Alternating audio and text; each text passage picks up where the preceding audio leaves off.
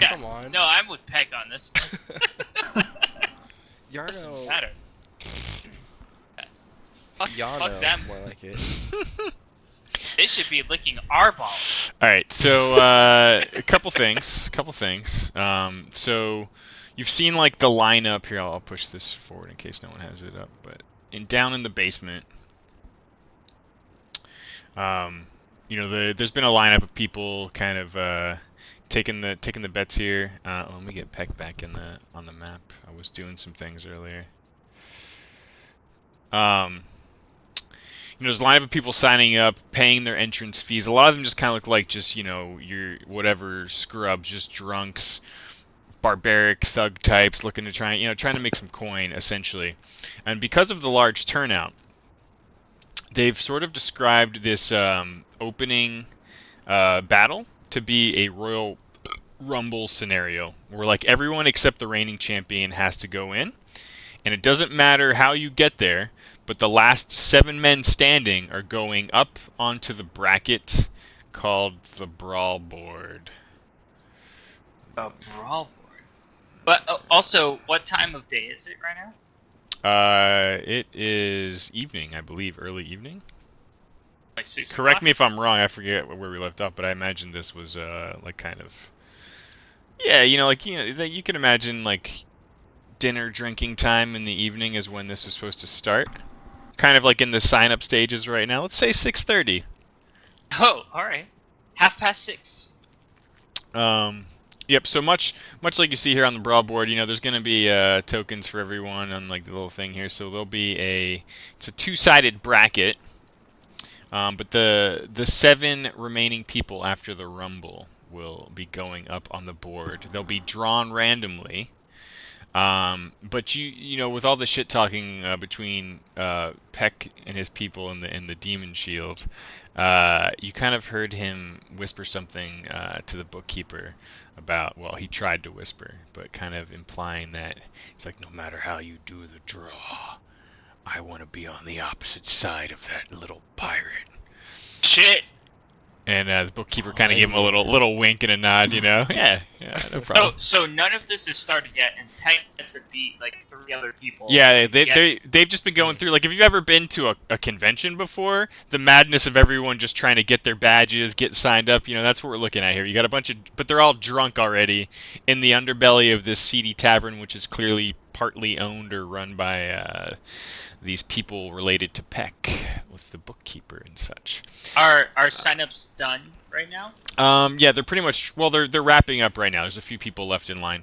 And while that's going on, like many of our maps here on Space Dungeons, we've got some things are more representative than others. And the fighting pit depicted here is merely just a way to represent the true fighting pit. So if you click that little green pin, which I'll also just push to you, we kind of see a clearer picture. They're kind of like, there's a bunch of these guys, like some of them look like they're like half orc or half ogre even, just massive dudes, like these bouncer types.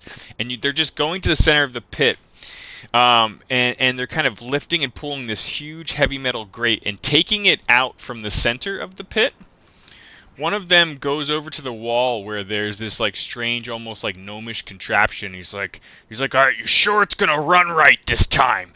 And he just goes and pulls this old, very like kind of like Dr. Frankenstein laboratory type switch, and there's this and a crackle of electricity and like almost like a whirring fan sound coming up from the center of the pit. And as you kind of go over with everyone else to look at the center of the fighting pit, it's like this fucking fairly decent sized thing with a whirling kind of rusted, bloodied blade at the center of like this well-like pit. Oh my God. And all around are all kinds of obstacles, with like spikes out of like wood and stone covered columns, which clearly support the upper level of the North Look here. So a couple people who are waiting are kind of taking in the fighting arena. Everyone's getting drinks. People are sort of coming and going. Security seems to be a little lax as there's like just so many people coming upstairs and downstairs. The normal segregation and sort of secrecy that they try to keep is kind of being overrun with the hum of excitement in the air right now. Alright, so I immediately have questions. Mm-hmm. So I'm up top, and there's a separate fighting pit up top. There is, yeah. Is this hole that goes down through the center the same hole that goes through the No, center? this one is a lot more representative of like what you see, almost kind of just like a fucking bare knuckle boxing sort of a little fighting arena, more than anything else. And are people still restraining me? No, I mean, you pretty much got kicked out of the downstairs and told not to come back, and then you were looking around upstairs, and it's over in this corner where you kind of found like a, like a bit of like a shittier wood floorboard, or like one that had enough of a crack or a hole that you kind of see down below. And it's fairly one-to-one. Like if you like have both floor images open, you can kind of see it stacks up in a way. You'd be looking down at that table in the corner almost of the basement there. Can I see clearly down to the fighting pit? Not from this spot, but this was like the most sort of uninhabited part of the bar up here when you were sort of pacing around angrily after getting kicked out. Okay. Does anyone else have questions? I have a question. Yeah. How much would it be to pay for drinks for everyone in here for the duration of tonight's events? Okay, hold on. All your gold. Yeah. Well, I mean, at first it felt like they were kind of holding up because I wasn't talking, but now here I am. Hmm. You know what I mean? Peck's here now.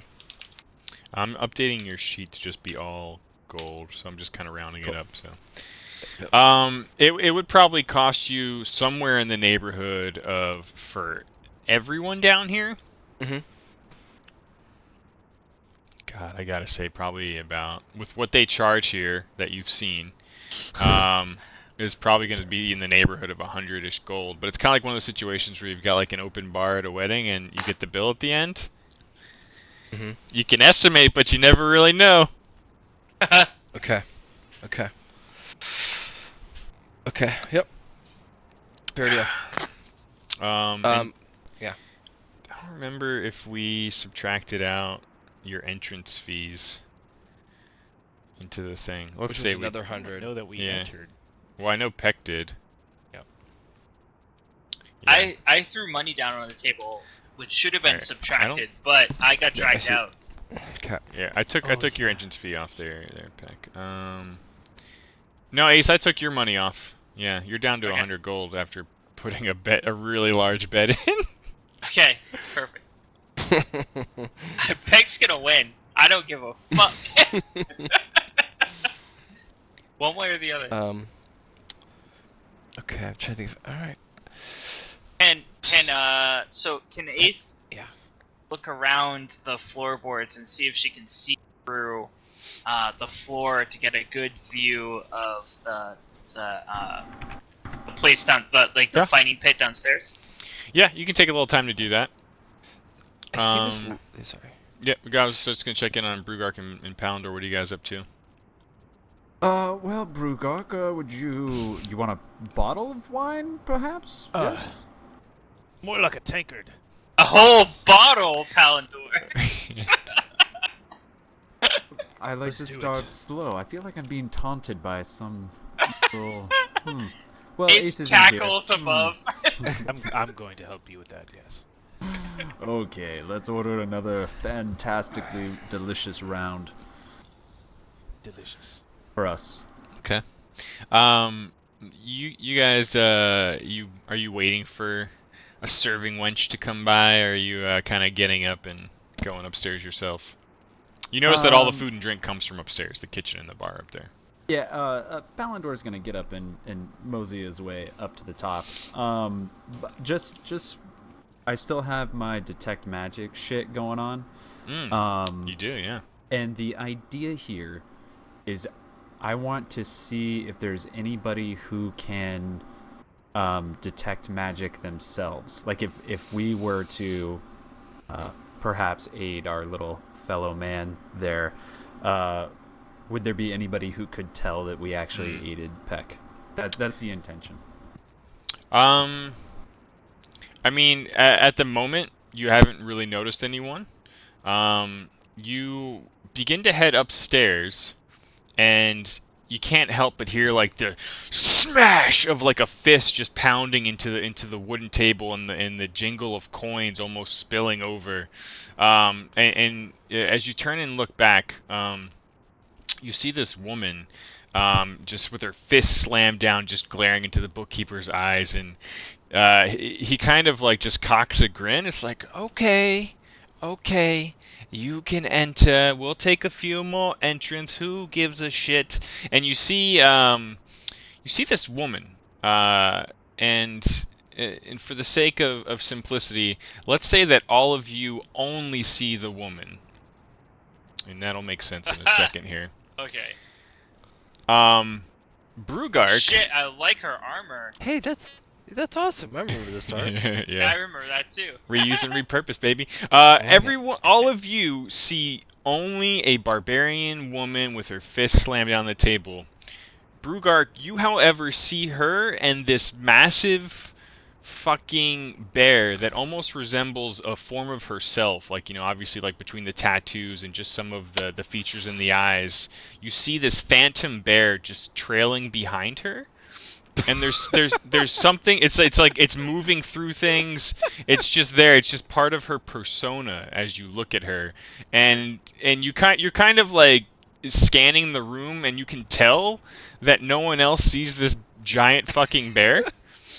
But there's something about it. There's something that almost feels like a wild sort of shapeshifter type magic that resonates with you. Like, clearly she's got some sort of practice and experience in the realm of the, you know, more barbaric side of druidic magic.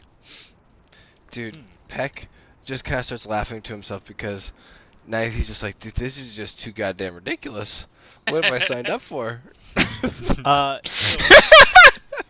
Just bronze plates on her tits. I want to Yeah, know, it's like fucking. Yeah, sorry. Yeah. sorry, out of character. Is shape changing a magical effect? Not really. No, I mean, I guess in some ways it sort of is. Well, is like barbarian raging a magical effect? Yeah, exactly. No, so I Like- mean, like in a sense, to me, like, you know, we can dig into it deeper, but to me, it's not In like terms really of their magical. rules, all I care about is like they said Yeah. no magic in the arena, Yeah. but I'm like, well, Not magic in that case. what about shape change? What about rage? No, that's not considered magic. Nice. for the purpose Okay, of that, yeah. cool. Yeah. I'll then. So two things. One of them, I'm gonna lean over to Peck and be like, "Oh wait, am I close to Peck?" Yeah. I mean, I assumed Okay. you were. Founder was over here. Yes, yeah. Lean over to Peck. You're fucked. And then I want to absorb, like, seeing this spectral bear and knowing what the form is. I'm gonna like absorb it into my druidic library of what animals can do and be and. Okay. I wanna be able to change into it. You can study her. I feel like you know, it's not something that you just instantly know. But there's something interesting about her tattoos and the connection to the bear. It's almost as if it's allowed her to take on this sort of hybrid shifting form, because you've never seen someone who was like almost taking the best parts, right? Usually whenever you've shifted, you've gone almost entirely full animal. And this thing trailing behind her seems to be some strange hybrid of herself and the form of this massive fucking bear that she's User in combined your with. channel timed out. Yeah. I Uh-oh. want to change into that. User Yeah. entered your channel. So you're studying her, and it's unlike anything you've ever seen or heard of. And so you can continue to keep an eye on her, but you clearly would need to dig deeper if that's something you were I intrigued will by. go dig deeper then. Okay. All right. Well, for the time being, she's engaged with this, you know, the bookkeeper fella. I might want to jump into this fight just so I can fight her. Hey, oh. Is she fighting? Is she on the leaderboard?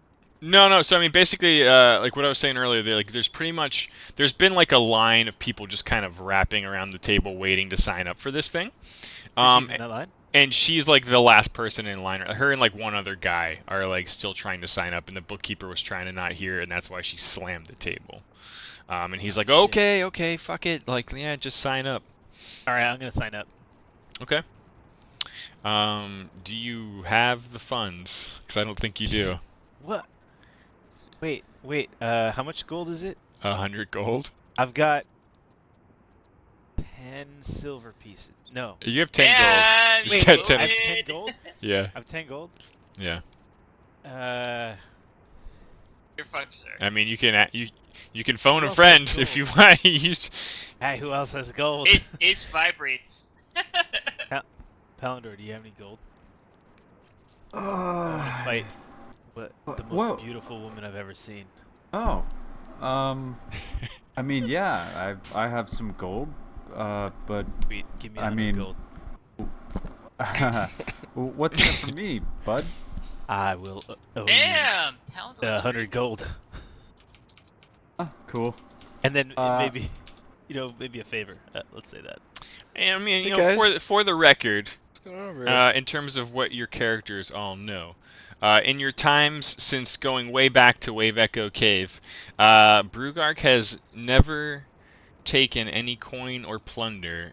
He's done nothing but aid and abet you without ever claiming any of the bounty. Just, back of your mind, let your characters do what they will with that. I'm just giving us all a history lesson here. Palindor, Of I've never asked for course. anything Not anything of note. Friend. in my life. Nope.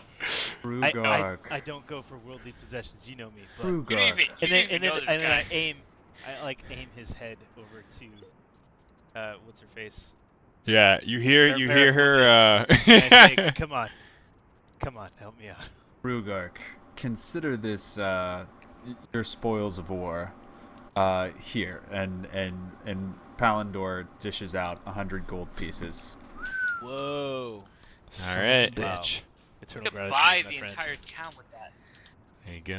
Not this town. I took it off your sheet, Palindor. I go get in line. Yeah, I'm watching All you right. do it. Let's go. And as you get in line, you hear this woman, like when they ask for her name for the things, you hear her say in an almost rich baritone voice, Guehan. I whisper that. Like a bear, a toad? Yeah, yeah. Ooh. Yeah. Like like a bear. Yeah, exactly. Okay. So after that brief exchange, I assume you continue to head back upstairs, Palindor? Oh yeah. Palindor's gonna go upstairs. And Brugark, you see this woman finish paying, and then kind of go and pull up a chair over here, and just sort of sit like arms over the back of the chair, like real cool. Yeah. Just surveying. You're putting out the vibe. So cool. All right, and all right, you kind of hear last call from the bookkeeper. No more entrance. Like basically saying like whoever's in line, this is it. Do I sign up? I sign up. Yeah, Can so you Peck can sign look up. around and see what other just ridiculously amazing fighters there are out there? Yeah. Just like a quick summary of whoever else stands out. Yeah. Okay, hold on. There is this guy who looks like an orc, like a semi-civilized orc. Like just big fucking guy, huge tusks, got this huge axe that he's holding. Okay.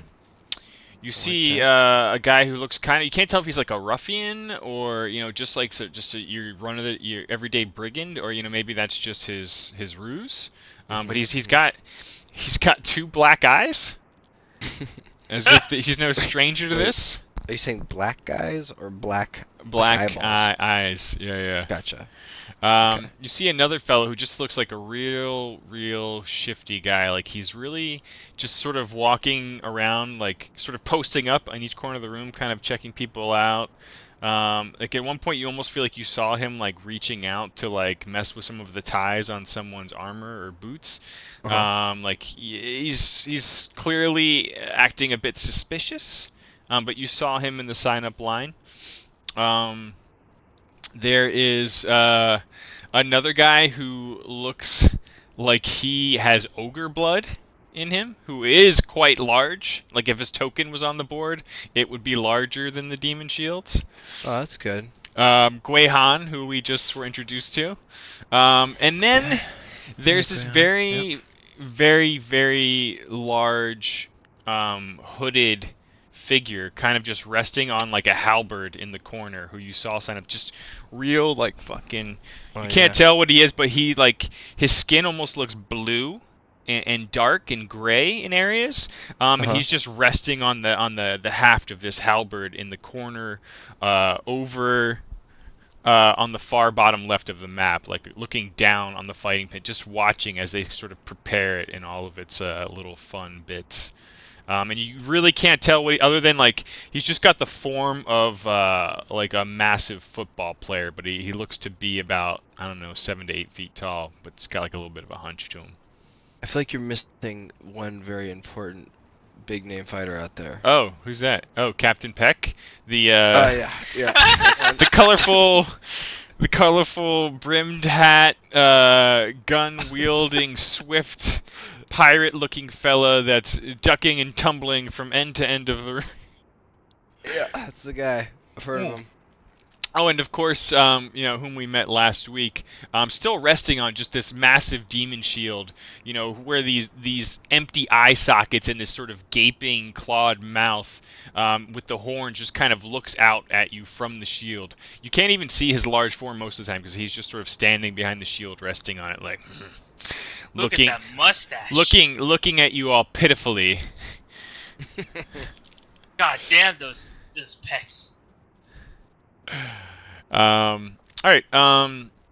Ace, you eventually find your floorboard, and the longer the night goes on, the more thin this upstairs area becomes, as people seem to be bribing the guards, almost paying like ticket fees just to be allowed entrance into the downstairs, where normally it's clear to you that they would not be allowed at all. They seem to be making an exception for tonight just to sort of bring in a ridiculous amount of money, and kind of there's a spirit in the air of like everyone wanting to just get drunk and sort of celebrate after surviving a giant attack. There's something different in the air, let's say. But it's over here. It's over here on one of the benches of the fighting pit upstairs, where you've kind of been able to sort of sit facing the bar, acting like you're a patron and they're not going to throw you out from time to time. But over near the framing of the fighting pit there, like right around here, there's quite a large hole in the floorboards, allowing you a decent view down below. And depending on like the angle you take, you can kind of see enough to really kind of get an idea of what's going on. Your field of view is limited, obviously, but it's enough to give you some insight into the goings Right. on of the I have down questions. below. What's above the pit right now? Is there any kind of lighting or a lighting fixture, or is it just straight up roof? No. I mean, it's straight up roof, really. There's beams and rafters and stuff every, I don't know, like let's say like 7, 8 feet or so. But other than that, the lighting is coming from like the sconces of torches on the walls down below. What's the heaviest thing that I can see that I can pick up within my radius? On your floor? Yep. I mean, probably the large bench you're sitting on. How much does that weigh? Not to be specific or anything, but I don't know. Go Google how much a large bench weighs, and there you go. okay. I'm Also, putting that on you. You said everyone was excited and they're taking bribes to go downstairs because of the people who killed the giants, right? Well, I mean, so the giants have been fought off. Like the attack that you all were a part of. Yeah. Yeah. They've retreated for now, it seems. And then if I glance over at the stairs going downstairs, who's what do I see over there? Who's in charge of guarding that? These two large guys. One of them looks to be a half orc. Another one's just a really, really large, like almost like he's got barbarian blood in his veins, like a real true Northman. All right, I want to try to go over to those guys with the intention of going downstairs, and I want to try to bribe them by saying that I was responsible for killing the giants that came into the town. You were responsible for killing the giants, they say? Is it like back at you? Yeah, slaying the giants. I slew the giants with my friends. Let me downstairs because I want to see the fight that's going to happen. they kind of just like grunt and laugh in true disbelief and say, "You could get downstairs, but my coin purse is feeling awfully light for something like that to take place." How heavy is your coin purse, and how light does it feel? I don't know what you're saying, but if you want to get downstairs, we were charging the normal crowd members 25 gold. You were unfortunately kicked out, as I was instructed. But it's getting crowded enough down there. You could probably sneak down and, blend in with the crowd, perhaps, for 50 gold. 50 gold. Extortion. Here's 55. You're Ace- broke now, right? No, I still got 45 gold, man. Here's 55 gold, and I pass it to him, and I wink. Okay. He kind of winks back, and he cautions you to wait for a moment, kind of like near the stairwell over here. Like tucked around the corner, and like he's basically waiting for a large group of people to be coming down, and you can kind of see like there's a group of friends like all sort of like carrying like all like 2 big fucking table breaker drinks in hand each, and they're all like getting ready to shuffle back downstairs. The guard looks to see if they've already paid, and he motions them down and kind of pulls you in with them, and you kind of just file in between all of them and head back downstairs. Okay, perfect. That's what I wanted. Palandor, you're upstairs getting some drinks. Yeah, before I head up, I talk to the guards or whoever's guarding the stairs. Say, hey, I'm going up to get a drink. I'll be right back. Don't charge me again. And then I go up and I grab a bottle of wine, and I come Did back you see downstairs. his reaction? Okay. All right. Oh, I don't know. yeah. Did he react? Did he I do hope he something? charges you again. No. Yeah. He's not fucking with you. Cool. Pretty uneventful. You did brush past a large ruckus group carrying a lot of drinks, and you did not happen to catch Ace. And when you get up there, you notice she's gone, but who knows? Yeah. Palandor has expectations, but so can I see who all can I see right now of our party? Can I see Brugark and Peck and everybody? Yeah, you're heading back down. Yeah. I am going to, as I'm walking down, Yes. I'm going to cast aid on my friends, my allies. Here, let me state what aid is. Okay. I think so for whatever reason I have to be the let me know when you're gonna share it, and that's fine what you did, and then I'll click it again. And I think no, it didn't fucking work. Weird. Did it not share when I do it? Yeah, you know what I think I need to fix it on your sheet maybe. If I do this. No. Huh?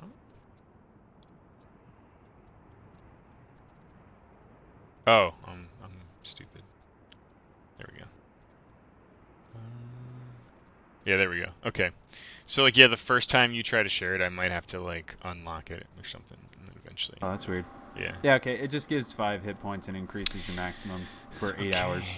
And it's not a concentration thing, huh? Interesting. No, which is why I'm doing it right now. 5 for the duration for 8 hours. Okay. So you kind of mutter a little prayer and then make a gesture. It's definitely easy enough to do without really drawing too much attention. I assume... It also takes a tiny strip of white cloth, so Palandor Yes. he shreds just a little bit of I don't know whatever he's wearing, and then he holds it in his hand and says it, and it just turns into turns into ash, and then he just kind of drops Okay. it. Yeah. All right. You know what I'll do? I'm gonna, even though it's not temporary hit points for now, unless it starts to get complicated, I'm just gonna put it on your temporary slot, and then later we can move it if you're actually doing something that gives you additional temporary hit points. Okay. Cool. All right, that happens. I'm marking it off, by the way. Okay.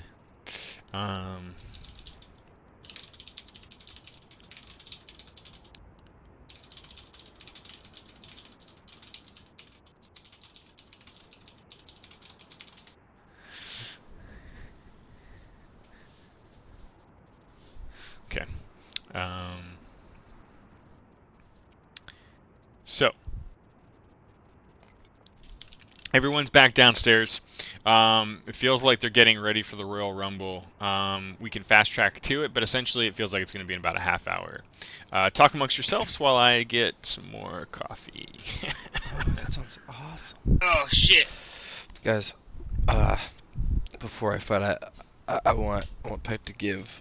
I want him to get all the people on his team. Yeah, I mean, I want everybody on my side, like all the bystanders. I don't know how I'm gonna do it. We're relying on some charisma, some pet maybe- charisma. Hey. Maybe, Brugard, you should start a conversation with Gualahan or Oh, whatever. Guayan or whatever. Yeah, and see if you can't mention that idea of perhaps teaming up is a good idea. Casey, At least until the bracket part. Huh? Yeah. I'm I'm 'Cause casting I'm sorry. haste on. Before I'm I casting forget- haste on Peg. Before I forget, 7 fighters from the initial thing will make it to the bracket. Correct. So there's like this initial bout that we're doing, and then the best 7 will go on to the bracket. Sorry, Kyle. Sorry. Before I forgot that. There's 7 plus the shield guy, so it's like Mhm. you're one of the 7. Yeah. And you're all fighting to be one of the final 2. And just don't forget, don't burn all of your shit right now. Like, But this is also gonna be a couple-day tournament. Remember? is it? Yeah, that's what Fiddy said. Biddy, Hey. how long is the tournament? Sorry, 1 second. 4.5 days.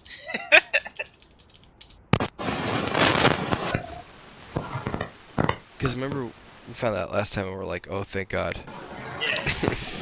Yeah. Yeah. No, so the Royal Rumble's tonight, and then I think they're doing what their original plan was to do the entire bracket stage throughout like all of tomorrow, Okay. with the grand finale being at night.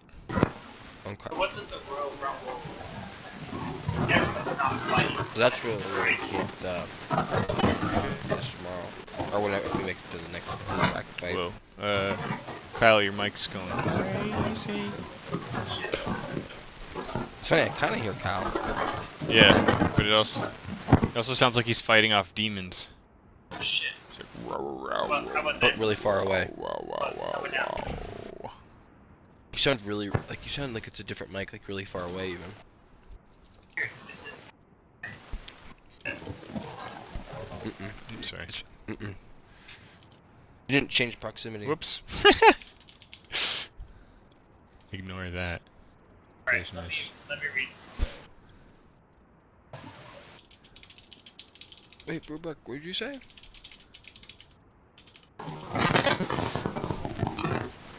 User disconnected from your channel.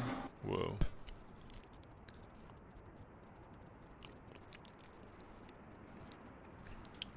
Cool. Brubuck, my Is it? my User fancy joined your background's channel. fucked up. What'd you just type? Oh, that was Alright. my bad. There was Oh. Brugark was Under the consulting table. his nature gods. Gotcha. Sorry. How's this? Does it sound okay? What else did I Yeah, see? you sound good. Okay. So I'm sorry, Fiddy, you said the Royal Rumble is tonight and the bracket stuff's tomorrow? Yes. Okay. So That the is Royal helpful. Rumble, is that everybody fights everybody kind of a deal? Exactly. Yeah. So it's the only rule is that whatever 7 are left standing. Huh. And you know they've implied that, like, let me go ahead and pull up the map again here. So in the if we look at the outside of the fighting pit, imagine, if you will, that you can actually it goes down a little bit. Like, again, this isn't like a perfect representation. So like there is about a 7-foot, well, let's say more like 8-foot drop, like a recessed pit. And so they've implied that you can climb out. Like there's good rocky handholds, and then like actual sort of stairs like on the sides here. And so you can leave the pit. If you're out of the pit for more than 10 seconds, you're considered automatically out. So like if you get thrown out Ooh, into the sumo crowd, rules. you can jump, you can get back. But if you're out there for longer than 10 seconds, well, actually, for the sake of simplicity in D&D talk, let's say 2 rounds. If you're out of the pit for 2 rounds, which is 12 seconds, then Okay. yeah, you're considered down for the count. What are these? I just marked something on the map. What is that? Is that a pillar or is that a? Yeah, so that is it doesn't go floor to ceiling, Mhm. but that is like a big stone column Okay. with spikes on it. So it's, I mean, something that someone could easily stand on top of. Oh yeah, easily. You know, and there's a few of those around there. Other than that, like it's just like cold, frozen, packed earth for the floor with like some drains in there, and then obviously For blood. the whirling sort of blender center. Now there is like a small elevation over that. It's not something you could easily just walk into, but it's something you could easily like trip or be thrown into. Uh-oh. There's no magic allowed in this. They've implied that no spell casting is allowed. To make the out of bounds rule easier, could you say that, like, say if you get thrown out on their turn, Yeah. you need to be back in by the end of your next turn? No. So what I'm saying is like we'll do D&D rules. So if you got thrown out on their turn, Yeah. you then have 2 of your turns to basically be back in there. So by the time it's your third Okay. turn, you need to be Got it. in the pit again.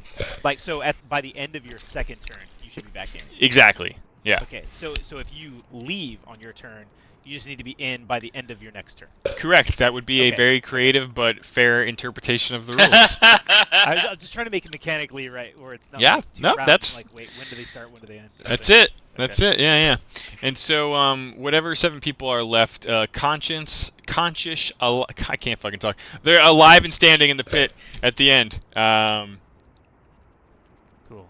Alright, You Ace move on. wants to make her way up towards the fighting pit and sit down front row. Okay. I'm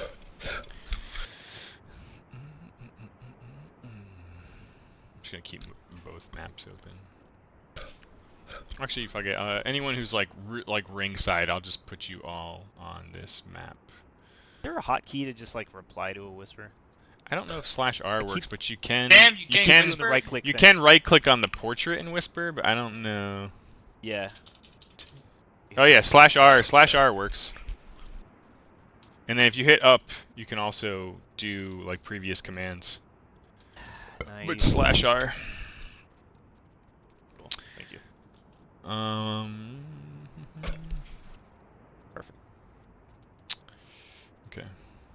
All right, so everyone's filing in and getting drinks. Is anything happening other than, you know, because basically like from the last we sort of stopped to the eventual start is about 30 minutes of like game time. Is anyone doing anything else in game? Jeez, I don't know if this is the right time, but I definitely want to try and rile this crowd up in my favor, because I know that I am definitely not in their favor currently. But I don't know if I should do it now or as we're walking to the actual ring. I want to use thaumaturgy on Peck and make his voice 3 times larger. Whoa. Oh man, I'm gonna be so loud. Yeah, you are. I'm gonna toss it underhand to him, so that people can't tell that I'm casting it. Okay. Oh, see you, Casey. Bye. I'll be right back. 1 second. Yeah, that's fine. I'm Use your preparing some outside things. voice. That was awesome. I saw you running up your stairs.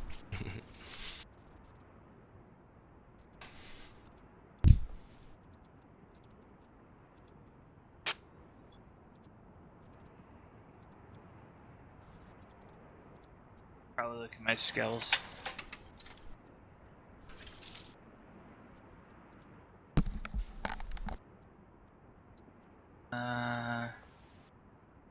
Or notes log.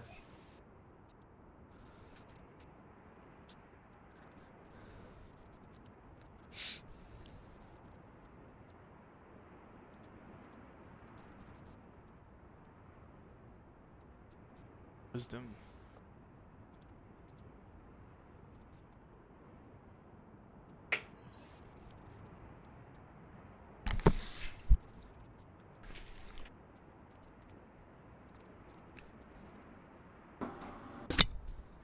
Where is my thaumaturgy? I can't find it anywhere. I've shared it to the chat, so it's definitely there. I just can't find it on my thing. Yeah, my Be on sheet. your actions tab.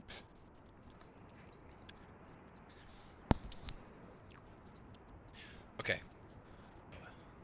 I do know what I want to start doing though. Okay, Okay. I found it. Yep. Because we're kind of just like, you know, where everybody's probably just doing their own form of getting loose, right? Their own way of Yeah. getting ready for this. Whether it be drinking more or whatnot. Yep. I assume. Yep. Well, my way, a Peck's way of doing it is unbuttoning his shirt a little bit and just so this fucking this halfling chest hair like you couldn't imagine. It's just, you remember the gangplank of League of Legends back in the day? Yeah. It's like that. It looks like that pretty much, just coming out. Okay. And he looks good. He looks really good. And Real good. with the thaumaturgy that he didn't realize he had, he kind of surprised himself a little bit. But he's like, my fellow friends, the next round is on me. It's been a long time since I've seen you sons of bitches and you low-life scurvy dogs. 3-ball Willie, I knew you when you were 2-ball Willie. I am Steve. I knew you when you were Peach Fuzz. And I pull at his little eye hair. And then I say, well, I'll never forget you, Sticky, aka Stinky Fingers. And I go over and I wrap my arm around this guy as he's like scratching his ass. Oh. And then I say, drink up. There's plenty more where that came from. And then I buy everybody downstairs that are whoever's in the room around. Okay. And I'm hoping to also That's not- get them that's a not little fair. bit more back in my favor because I know that they hate me. Yeah. 1-ball Willie or whatever his name was, kind of like puts our 3-ball Willie. three. He's like, you can tell he's already drunk. He's like, you're all right, little guy. And he's just, he's like, what's your name? Oh. Captain Peck. Captain Peck! And he kind of like raises his mug, and as people are starting to get their drinks, like, you know, it takes a moment before they start bringing the rounds down. Like, people are like, yeah, Captain Peck. And like, you know, after they all throw their drinks down, it's like a bunch of the fighters start coming in, and the demon shield just starts banging his shield on the edge of the fighting pit. The crowd kind of gets quiet and silences, and he stares just out across the top of his shield at everyone, and he just starts nodding. They're like, demon shield, demon shield, demon shield. I look over at the guy that was just chanting Peck and is now chanting Demon Shield, and I slap the beer out of him. Stupid fucker. The tankard was empty. He downed that shit. I believe it. Yeah. He would. Okay. It's worth a try. Hey, I mean, you definitely gained some attention. Yeah. Maybe not what I wanted. Alright, I'm just preparing a few things. If there's anything else you guys want to talk about or do over the next few minutes, let me know. Otherwise, we'll be ready then. Can I hold 2 shields? You would only be able to get the benefit. You can, Oh, but you would only get the benefit from one of them. that's not what I was going for. Can't you, like, turn your entire skin to bark? Well, it's a... I mean, yeah, Okay. I guess. I mean, I don't know. I don't know what that does Did I do that? in terms of your stats, but... I'm looking. Oh, 2nd level spell. Dumb. Oh no. So my AC is 15, and Barkskin just makes it 16. So if you were like going It nothing. works So- up well, to an so hour though. Well, but it's concentration, and it doesn't work if I go into Well, no, it does work if I go into a beast mode. Oh well. That's fine. I don't have it prepared. Okay. I wonder if this works. Holy shit.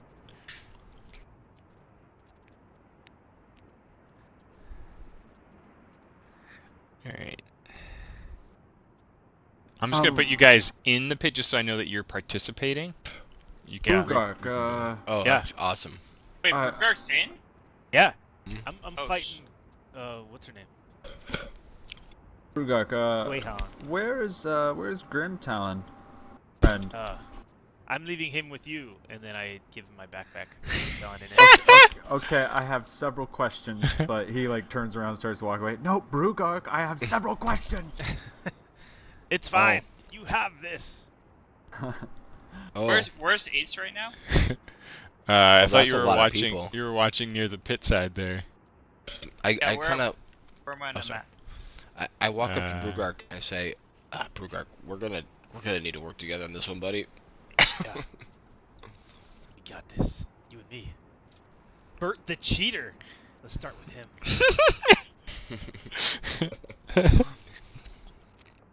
Wait, who are the big dudes? Oh, one of them is. There's Solar one too guy? many. And God. Where's Guayhan? I want to do something She's before around. the fighting starts. I want to do Sounds something like you before- couldn't say Gray. With Guayhan. With I want- Guayhan. I want to do something before the fighting starts. Okay. Ace walks up to the side of the pit,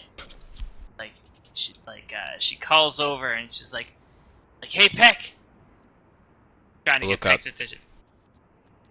And then she hey, good luck. But as she's doing that, that's like her magical spell. She's casting haste on Peck. Hmm. I somehow say thanks, and then I say turn. I'm like really fast to walk back. You Whoa, got that dang. double step. I almost like trip because it was so fast. Up to. So it only lasts up to a minute. So you may want to. Yeah. Wait. It only lasts up to a minute. That's Yeah. fine. This fight won't last more than 10 runs. No, but if the fight hasn't started yet, you're not in. You don't have 10 rounds. You have like a minute. I thought everything was starting. Sounds Oh, like I it know. is. Yeah, the bard's sort of plucking his stringed instrument. Yeah, I hear the jam bot going. You can see everyone's sort of Yeah. like. Everyone's kind of getting their game face on. Where are you guys entering the pit, and what are you doing initially? Like I said, I just put you there just as a placeholder. So. Yeah. I'm gonna get rid of one of my spells. I cast haste on Peck. Good luck. Good luck. And she blows a kiss at him. I cast Shillelagh in my club. Shillelagh? Shillelagh in my club. I'll Shillelagh. Shillelagh? What does that do? It just makes it, Pummel harder. yeah, pummel harder. So there's Palandor. You can almost see like a magical aura yeah. surrounding Peck and Brugark's weapon. Ah, I can see that. That's fucking amazing. Yeah, you can. I'm ready, Brugark.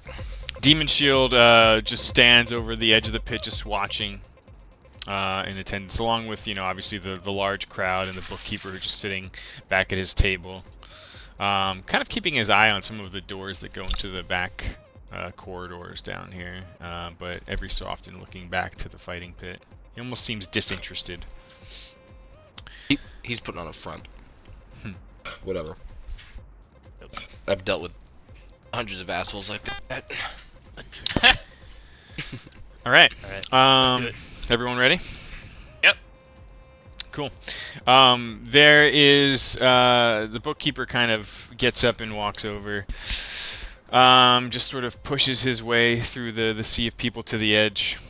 Kind of says, he takes on like a more charismatic. He says, "Ladies and gentlemen, tonight we celebrate our victory over the giants as we bathe in each other's blood. And he just sort of like drops his hands, and some of the more seasoned members just start fucking going at it. Roll initiative. Oh shit.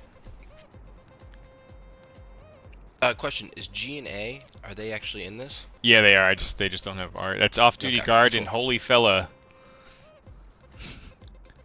Holy fellas, I'm about to get holy fucked. Pet gets an additional turn. Gets to do an additional action every single turn. Ooh, oh. And just for the sake of it, why don't Palandor and Ace roll initiative? Oh shit. Why is that? Yeah, just in case. Mm-hmm.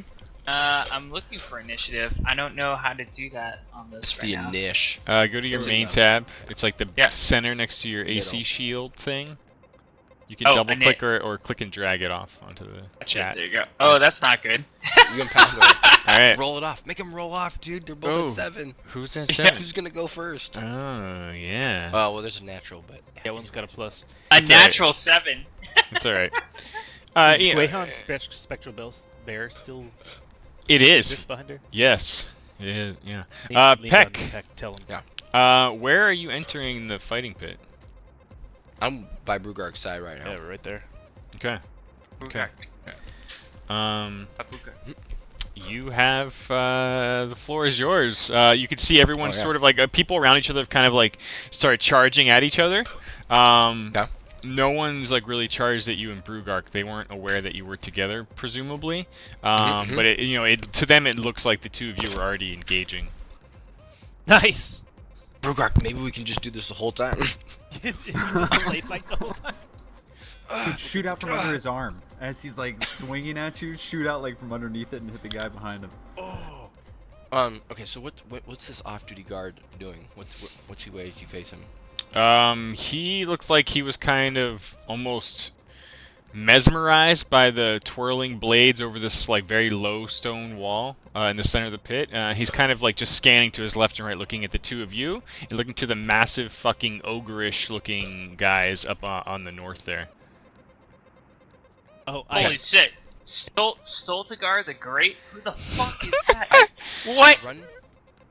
I tell I Peck, run- I'm like, Yeah. do you need help up this column? Not yet. Are you guys I've seeing gotta- Use me this? as cover. I run over to Brugark and I tap. I say, play along, and I act like I'm wrestling him. You know what I mean? Okay. So it feels like we're in a tussle. As I pull Black Spot out and shoot at the off-duty guard, so it makes it look like it's coming from out of nowhere. You know? Okay. Like, ugh, look at an accident. All right. Go you ahead get- and fire a shot off there. You get a whole additional action every single turn, by the way. Do I need to select anybody? Okay. No, don't do this. I'll do the selection stuff. It's just faster, I find. Oh, to- is this sneak attack damage? I mean, he has no idea. Oh yeah, totally. But you You only can can do it sneak- once per round. Twice now. Sneak Yeah, attack's but I only can once do per that round. one once. Yeah, Okay. the bonus of that. Oops. Is that right? Is that damage? That was damage, but we'll use it if you hit. If that, yeah. Where's my? Roll a 1 and a 6 on the Oops. sneak attack. I must not have. So on your actions page, it would be the one like showing the dice icon for black spot. Yeah, It's yeah. plus 10. I don't think I pulled it down yet. Ah, okay. Damn, sir. Oh yes, sir. So out of nowhere, a blast of black smoke erupts between you and Brugark as your fired shot just goes right towards off-duty guard. He Off-duty guard. he takes a shocking 15 points of damage, and as like he's just nervously scanning, like you just catch him right like between the throat and the collarbone with this blast. Soft It's spot. and he kind of splits up blood and looks around, still scanning and kind of like turning and stumbling and trying to walk towards the stairs out of the fighting pit. He's like, I just needed money for my daughter. Oh!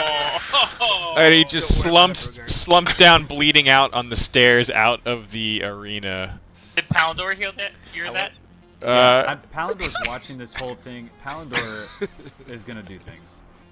Okay, well it's not your turn, Palandor, but it's I a good thing didn't you do rolled anything. initiative. Okay, I alright. didn't do want anything. to- Just throwing that out there. Use So, my cunning action with fast hands to Uh-huh. quickly reload my gun. mhm. and take a shot at Bert the Cheater. All right, yeah, you pull just the right amount of a pinch of powder and another ball bearing from your gifted ammo pouch there, and have reloaded the black spot.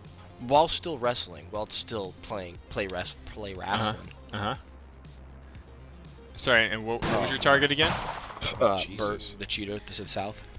Okay. Bert. Oh man.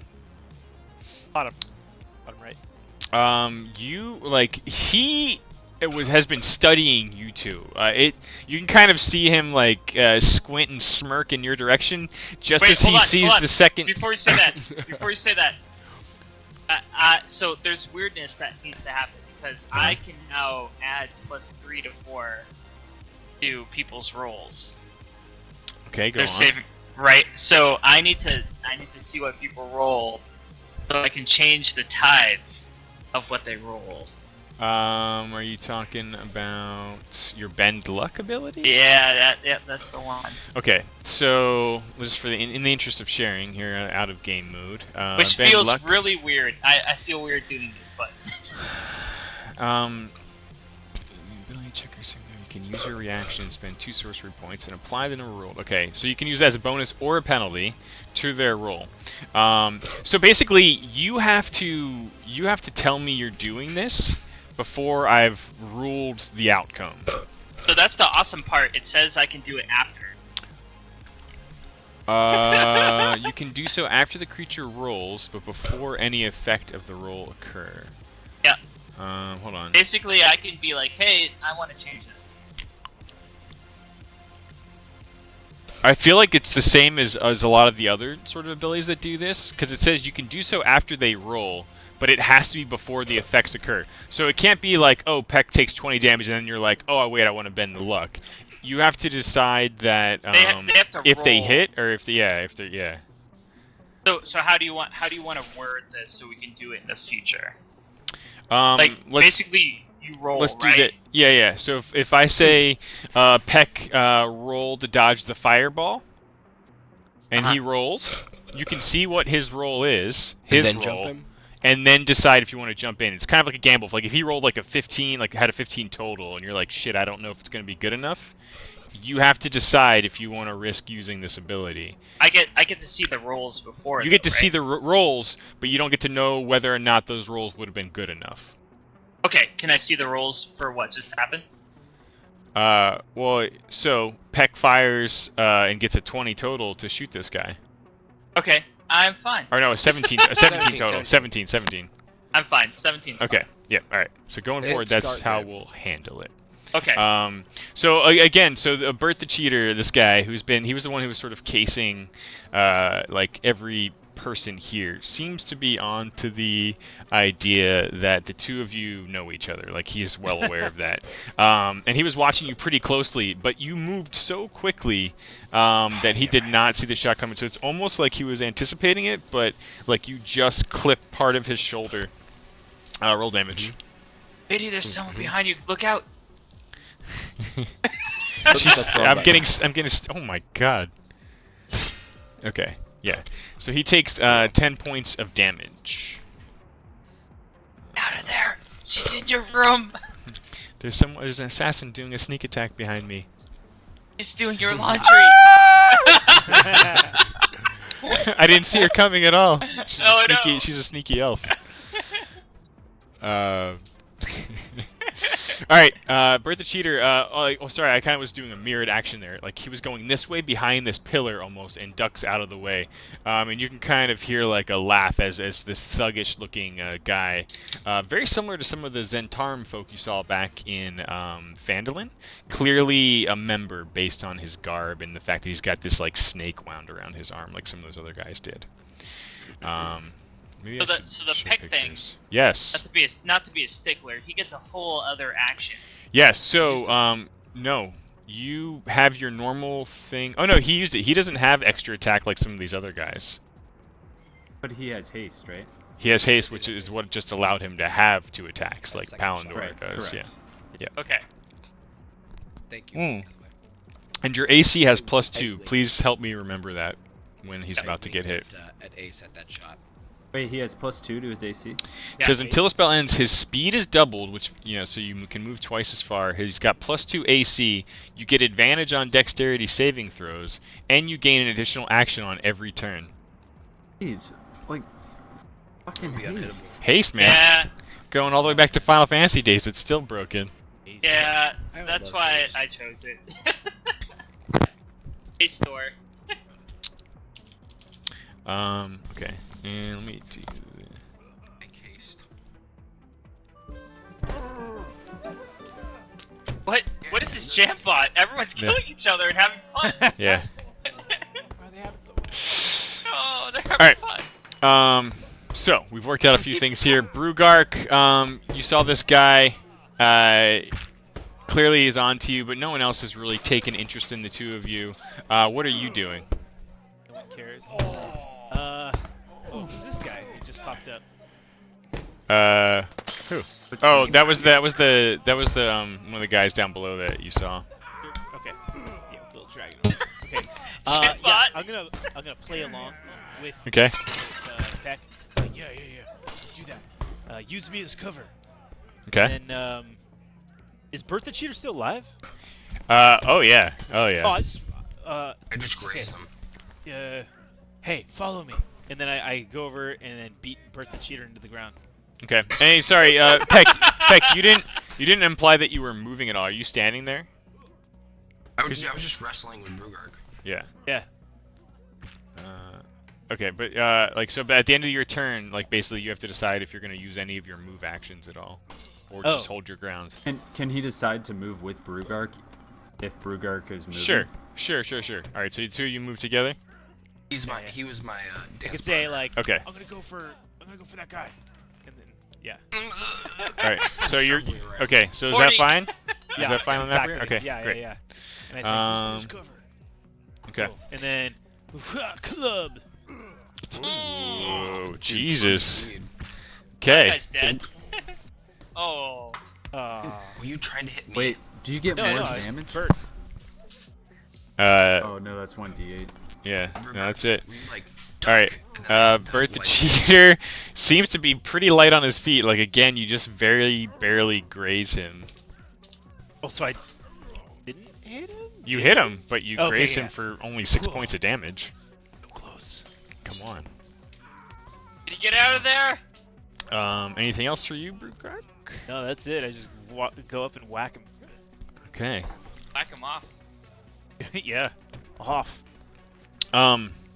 This knoll creature, who looks very civilized, goes charging towards the guy with two black eyes, and just starts biting at him. Yeah. So longer civilized. Yeah. It's coming off. We got a suit. You're and saying tie he's on. a black eyes. Yeah. Call him black eye from now on. He bites him for 5 points of damage and then pulls a spear off and tries to stab him with it, but completely misses that. He does have blood sort of dripping off of his fangs, though, so he got a little piece. Got a little piece there. Black guy on the shoulder. Next up is Guehan. Just gonna tweak the sound levels a little bit here. Guehan kind of pulls her axe back and just starts.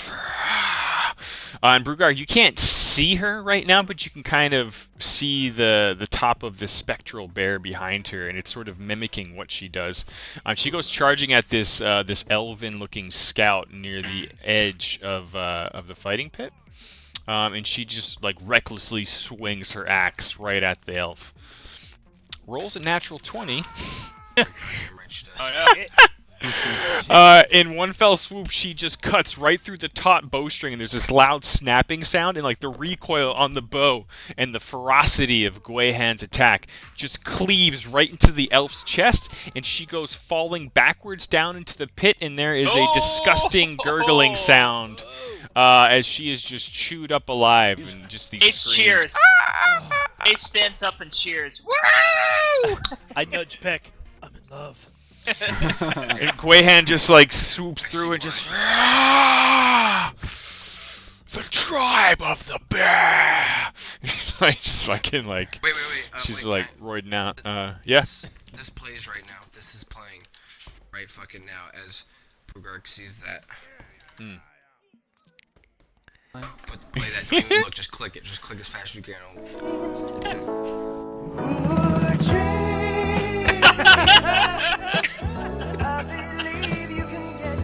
Brugark seems to be almost completely mesmerized. His eyes trace between the barbaric woman, the spectral bear, and the cleaved elven chest just spilling blood out from the ripped open breastplate, falling backwards slowly into the gurgling, twirling blades of death. And then he kind of snaps out of it as more violence erupts around him. You see this other guy just go into this sort of menage a trois of battle here. He goes charging in. He's clearly got some ogre blood in him. He's got some pretty badass mutton chops too. And he just starts hacking and slashing at both the black-eyed human and the gnoll creature, with not one but two battle axe swings. Both of them terribly missing. Like the small creatures seem to completely elude his attacks. Behind that, you see this sort of bird-like man, this raven-like creature. Was like sneaking up with this long curved blade, trying to stab Guihan from behind. And as soon as he saw her just destroy this elf, the thing just tumbles and rolls backwards very, very dexterously. Just spins around, completely changes direction, and goes after the red hooded guy instead. Completely catching that guy off guard, he manages to basically do the equivalent of a surprise attack, and just sort of kind of shields the view of his blade and kind of like screens it as he stabs behind his arm very deftly through the open cloak or the jacket of this guy, doing 12 points of damage. Slowly walking forward from the back. Oh no. One sec. Random guy 12. Strides this very, very large barbarian half-orc looking fella with just this huge skull strapped to the center of his chest as if to absorb blows. Axes are clearly popular up here in the north because he too, brandishing a large battle axe, strides forward and just sort of stands here with his axe out, just watching and waiting. Hell, he lived in a house of shield. Another strange, very, very large barbarian to the north of the fighting pit. You can kind of hear whispers among the crowd, those who are up there, and someone says, "Is that Stoltagar? He looks strange," as this guy who's been hooded the whole time with this halberd just pulls the hood back, and you almost see like this mutated, ogreish, fanged, barbaric-looking fella. Like, there's people who let out an audible like, "Oh, it's definitely him, but what has happened?" And Palandor and Ace, as this guy reveals himself, so too behind you does Hangar, the barbarian. God damn it, Hangar. Oh no, what happened to your token, Hangar? He's been, as far as you're aware, he's been relinquished. He's still being accused of the crimes, but they basically allowed him to go free for now in light of his defense of the city.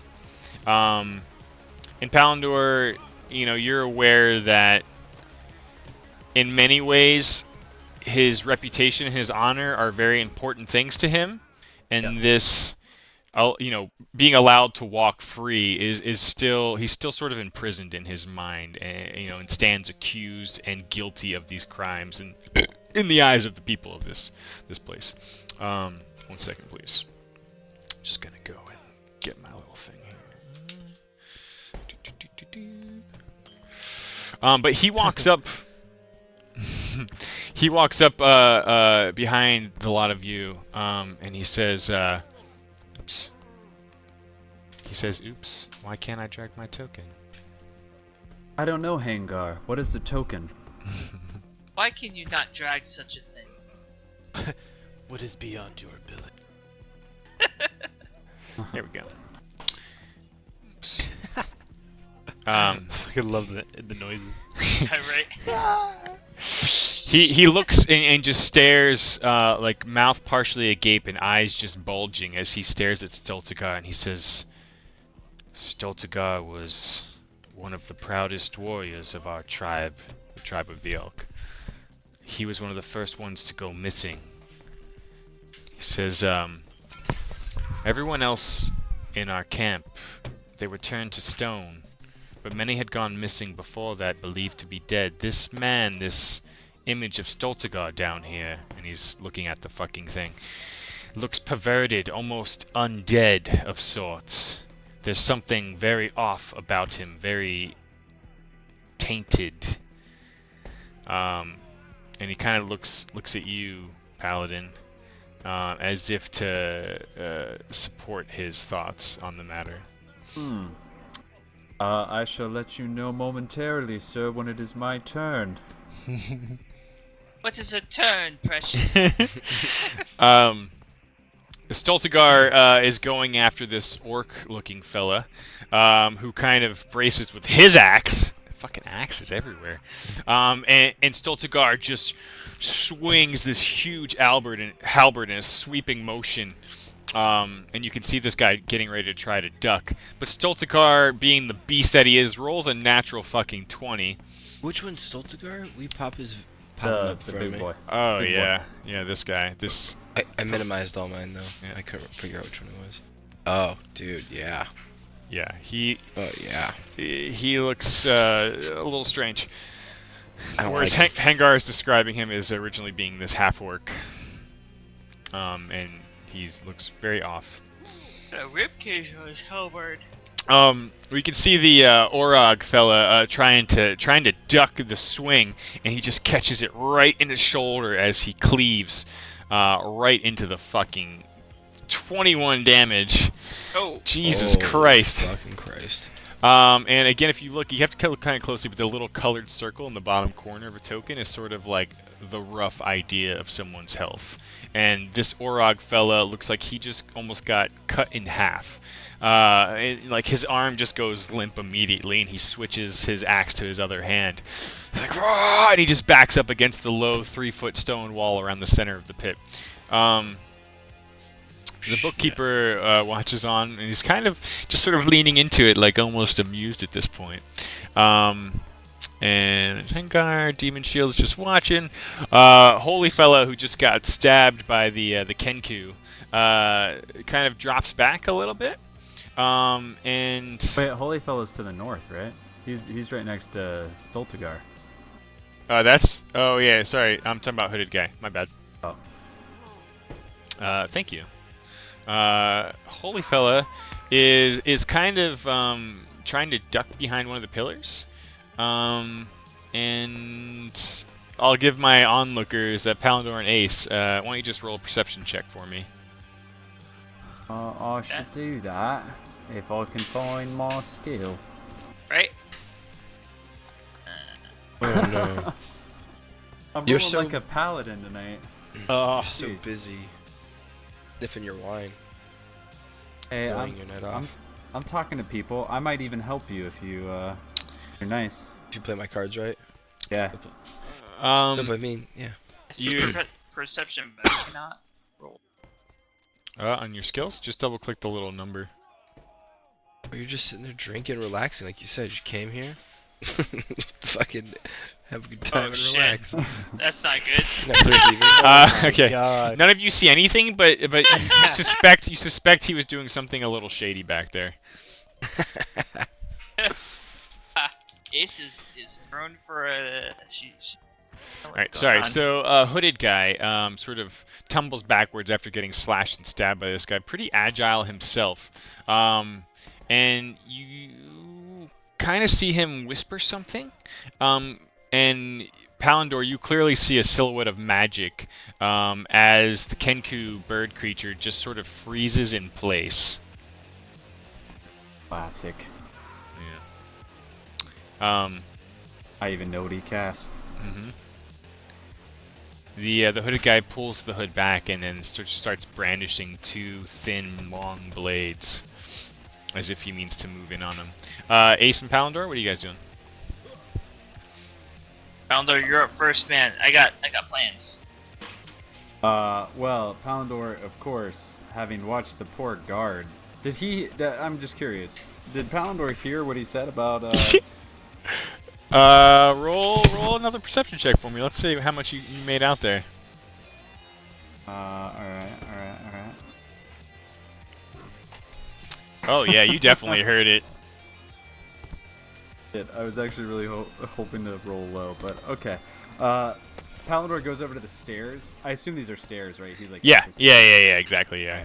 You imagine He does one stairs. lay on of hands, just to wake the guy up, enough to kind of like. Heal You're in his the pit? wounds. No. He crawled I'm out on of the the pit, stairs. right? And It's like you're just trying to save his life so he doesn't die. Yeah. Is So this it- legal? He's outside. He lost. Yeah. Yeah, he wakes He's- up enough. Still in the pit. Well, I mean, you'd User in have. your channel timed out. Uh-oh. Uh-oh. Figured he crawled out of the pit. Yeah, he was kind of like slowly crawling his way out of the pit. Like Palandor, it's very clear he's trying to get out of the pit. You would have to like drag him out. You think to not cause any ire. Yeah. I'm not trying to piss anybody off. It's just like Yeah. I know that he's there. Yeah, I've saved him. everyone's very focused on the actual fights that are still happening, and there's no real concern of people being pulled out. Like, they're not looking to murder everyone in here, although it is fun for them if it happens. Yep. Palandor pulls him out, does the lay on of hands, and then hastily stuffs 20 gold pieces into the guy's hand and says, "Take care of your daughter." Damn! Alright. Paladins. And then he says, "Get out of this tavern. Go be with your family. Stop being an idiot." Amidst the cries of pain and suffering behind you, this once wounded man just says, "Thank you. What was your name, knight?"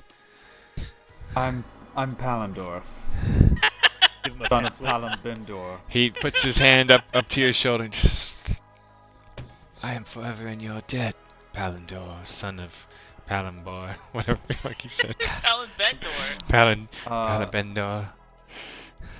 You can repay my debt by taking care User of your joined your family. channel. And then He just pulls nods. him up by the hand and gets him out of the room, All right. or out of the arena. Look at you, man. You can feel your god smiling down upon you. You just feel it. You give him a pamphlet. Just fucking feel it. yeah. I give him a pamphlet. Yeah. Lathindia. All right. Ace does the less admirable thing. And he looks for the bookkeeper. Wait, is that an action though? Well, sorry. Did you use a spell on him, or did you just? I did lay on of hands. Okay, sorry. Yeah, I was so caught up in the tenderness of the moment, I didn't actually catch what you were using. Lay on of hands. You just gave him enough to get conscious. Yeah, just one. Okay. Well. I want to run Divine Sense because I want to know about Stoligar. Okay. Since you only just barely did it, and it was so tender, let's say it doesn't count as one of your actions. It was great. I love it. All right. So, go on. You want to do what? Divine Sense. Divine Sense. Okay. All right. So, and this is just within a big radius, right? 60 feet of you. Yeah, I think so. Specifically, I'm targeting Stoligar. I'm Okay. curious. All right. And I make my way back. Yeah, so looking at Stoltikar, it's kind of bizarre.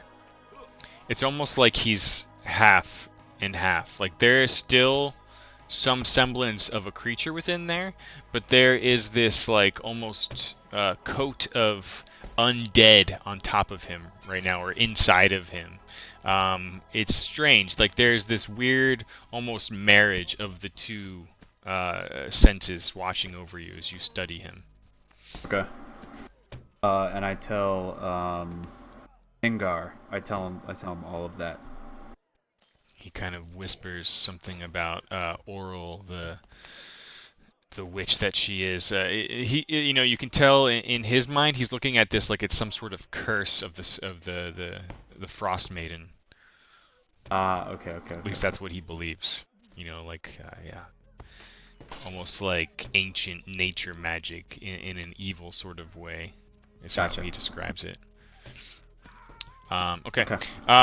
So sorry, Ace.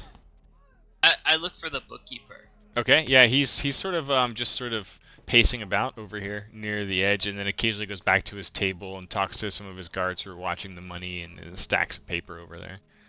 I'd like Just to pacing approach back him. and forth. Okay, you may do so.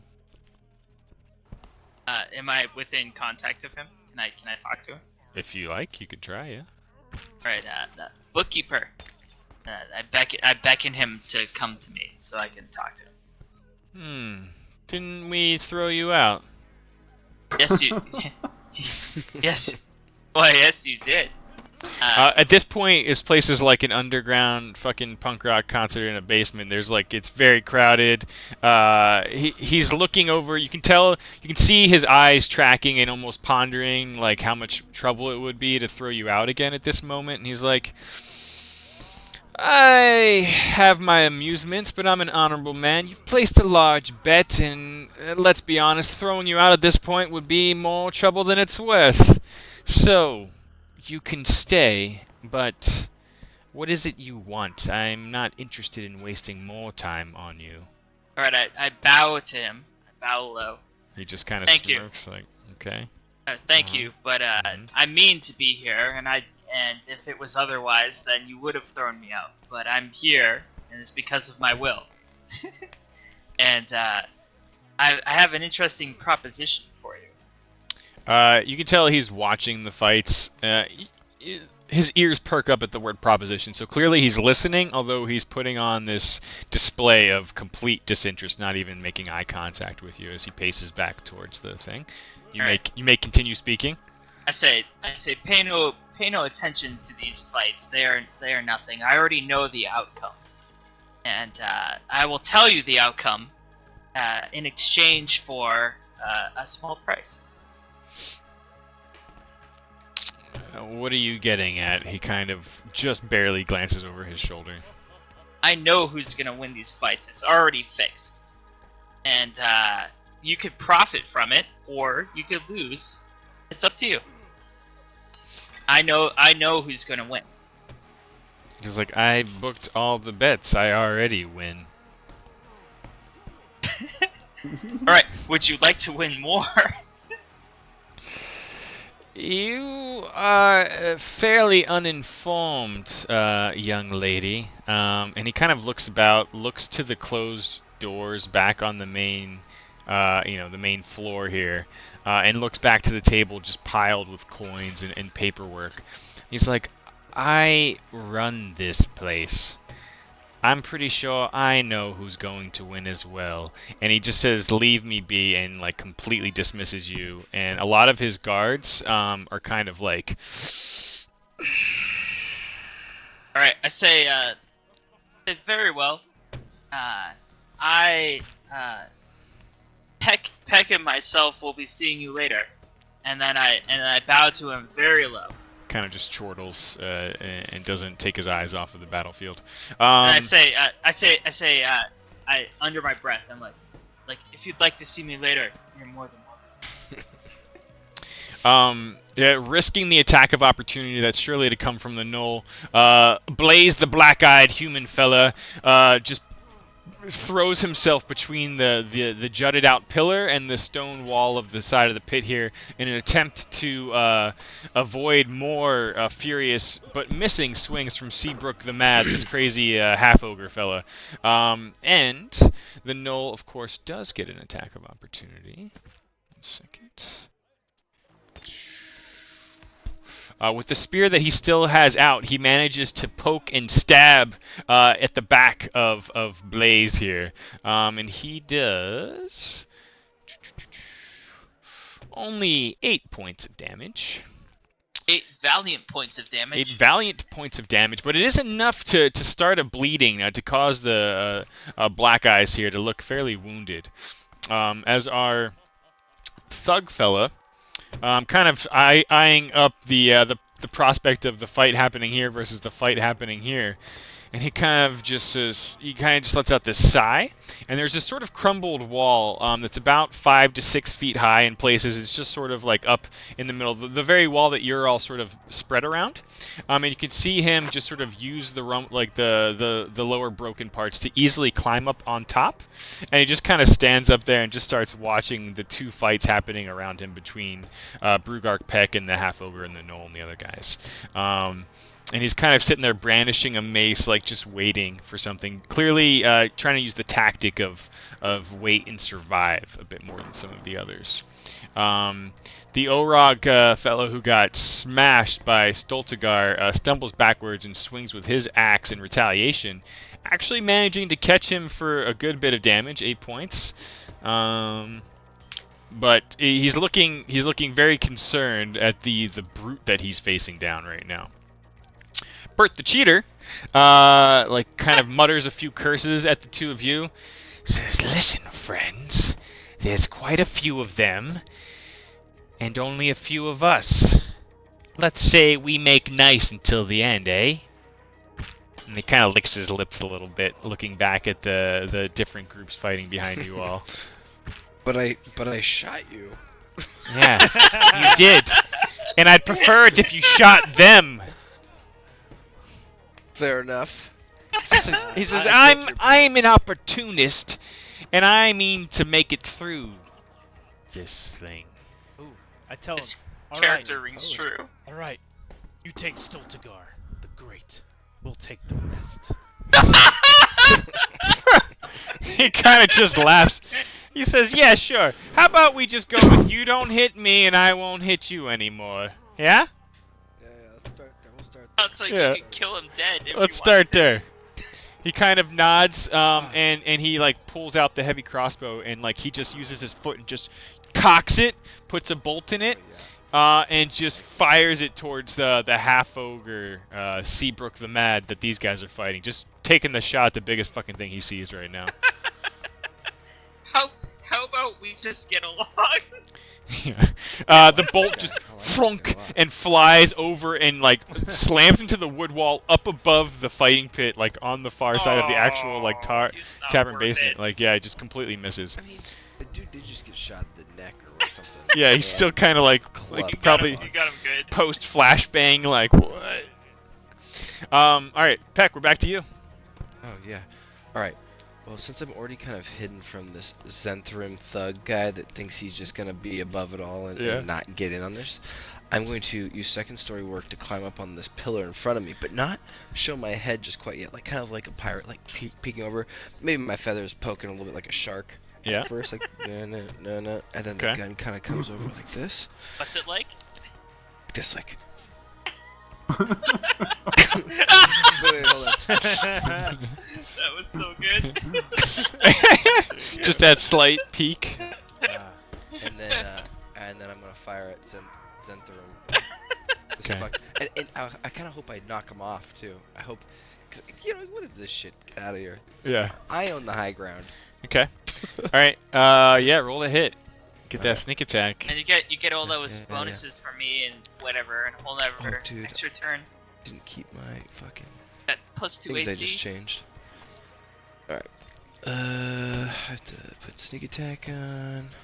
That's damage. Oh, 27. Hit him. Yeah. Roll damage. Okay, I'm gonna do that. Oops, hold on. Oh my gosh. It was a smoky explosion. You blast at this guy. He kind of staggers and stumbles backward, but maintains his balance up there on the wall. Motherfucker. You can break up your turn in any way that you want. Like you can take part of a move, an action, another part of a move. Like it's very malleable. If he does his action later on, does it reset him in the turn order? Well, like if he waited, you mean? Yeah, I mean, like, Yeah. if he uses the haste, because he gets another attack, He gets right? an extra Well, action. they all like basically when it's your turn, like you have to use all your actions or your turns over. Okay. Essentially, yeah. But he does get an extra action. You do, do yeah. whatever So the you fuck he do wants get to do. another full action, correct? So one thing I would like to do is I would like to disappear from view, like Okay. from behind the rock. Yeah. And then I kind of want to just move to I just want to move to a different location basically. This Okay. is the next All right. next move. Yeah. Where do you want to go? I want to go closer. I wanna go He's twice as fast too, so he on- can move twice as on far, this right? wall here. Okay. like, but on the wall. Go ahead. So do you know how like the little advantage button works down below? Yes. So basically, just click that, and then now do a stealth check, and so it should automatically do it with advantage for you. Yeah, there you go. Cool. Oh, Alright, well, the damn. plus 10 helps. So like, yeah, you fire almost like expertly using the expected black smoke cloud to come out Wait, of hold on. your black spot.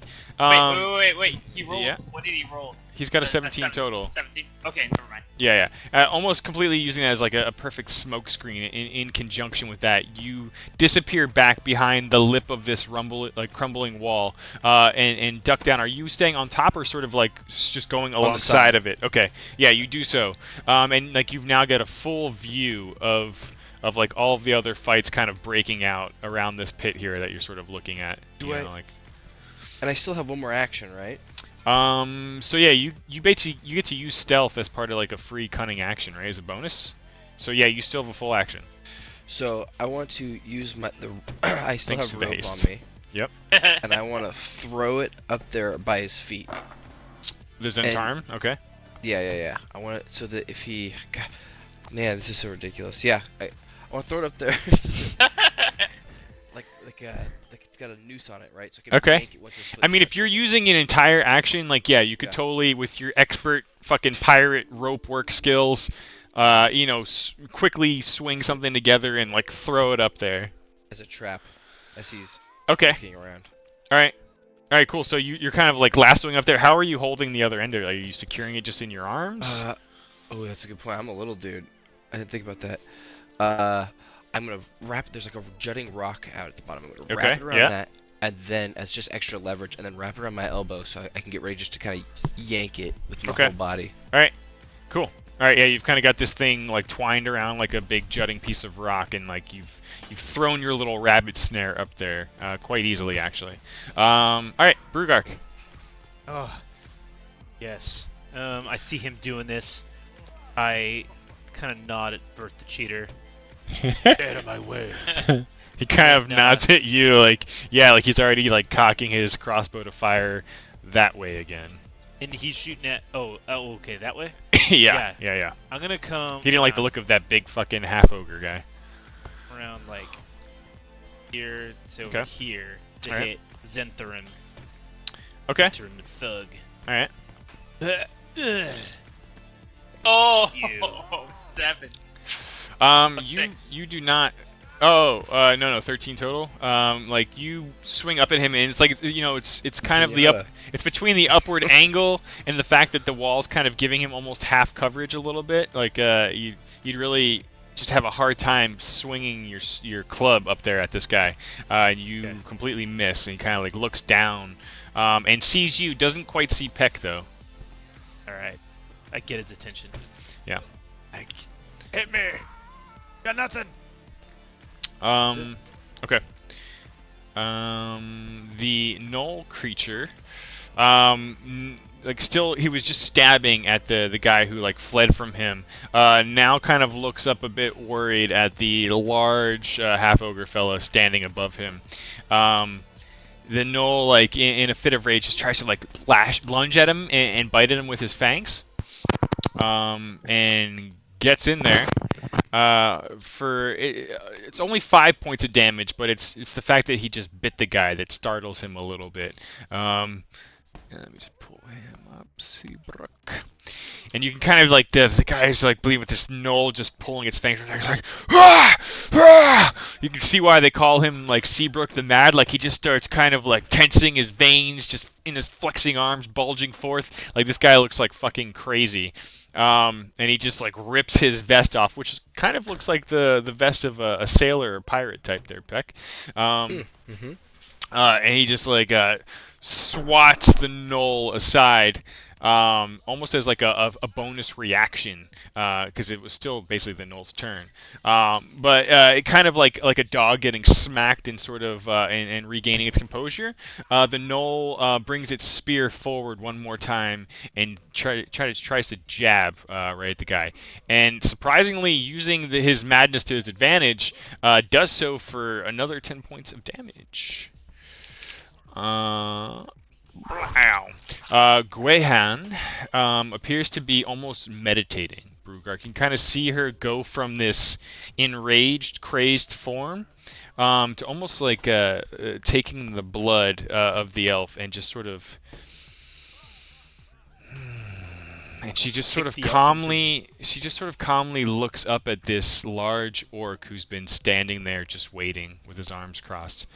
And she almost goes into this trance, and you can see the bear behind her kind of does the same thing, and there's this almost calming aura resonating out from the two of them. And she stands there waiting, channeling. I study.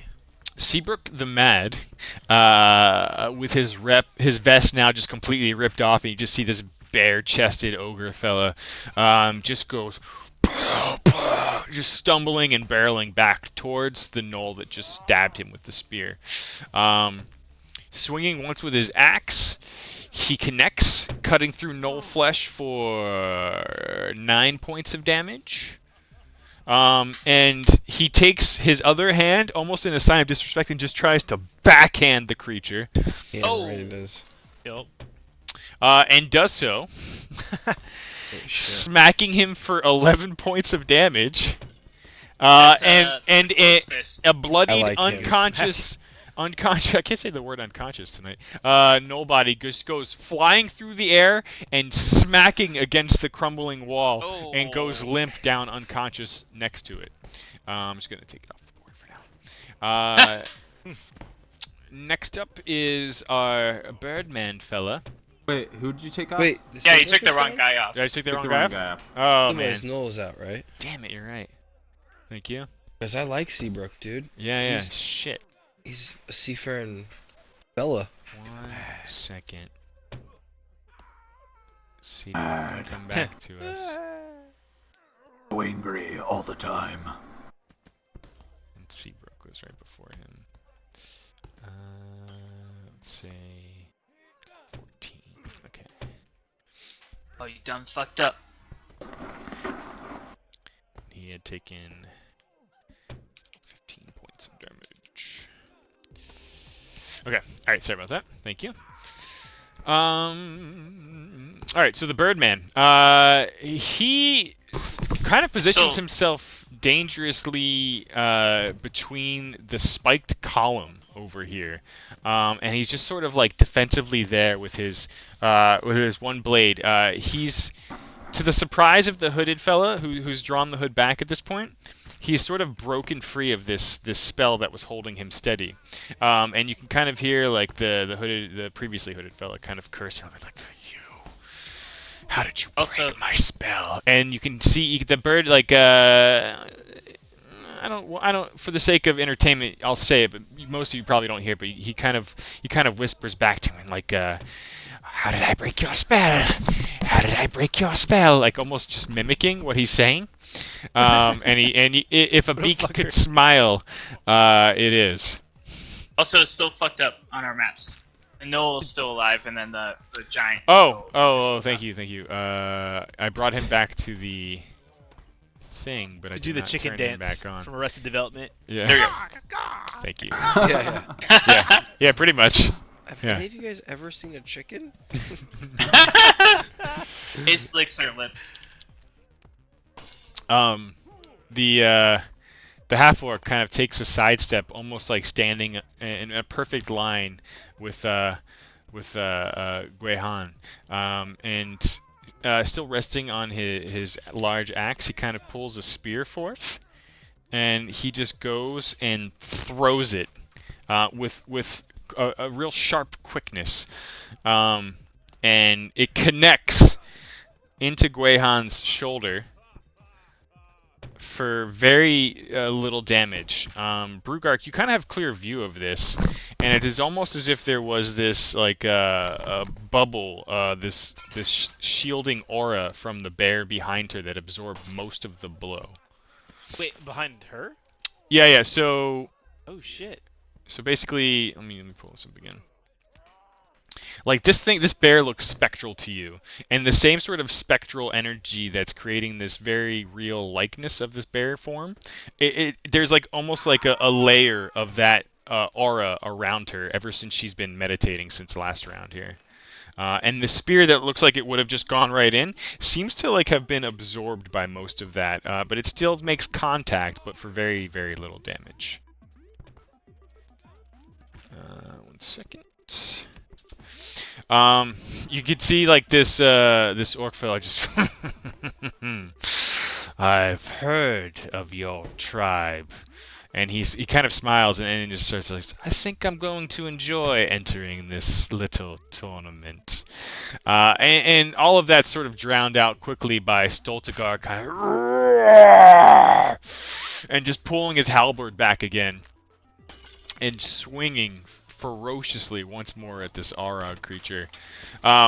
Surprisingly, the Aurog creature just gets this really heavily armored shoulder pad up and absorbs the entirety of the blow. I mean, he's like getting hit and sliding along the frozen ground, but just takes it and looks up at Stoltegar, who seems perplexed and even more enraged. And you know, again, Stoltegar has this very stupid, simple look about him, like as if he's not all there. User in your channel timed out. Oh no. Oh no. Oh, back. Casey's Wi-Fi Oh, needs he's still there. more Wi-Fi's. User entered your channel. How much potatoes? Hey. I don't know what's happening. All good. You got it. Anyway, yeah, so Stoltegar smashes into this guy. He takes it and gets knocked aside, sliding across the ground. But it has taken no damage. Demon Shield, just watching, enjoying it all. There is... let's see, 1 second.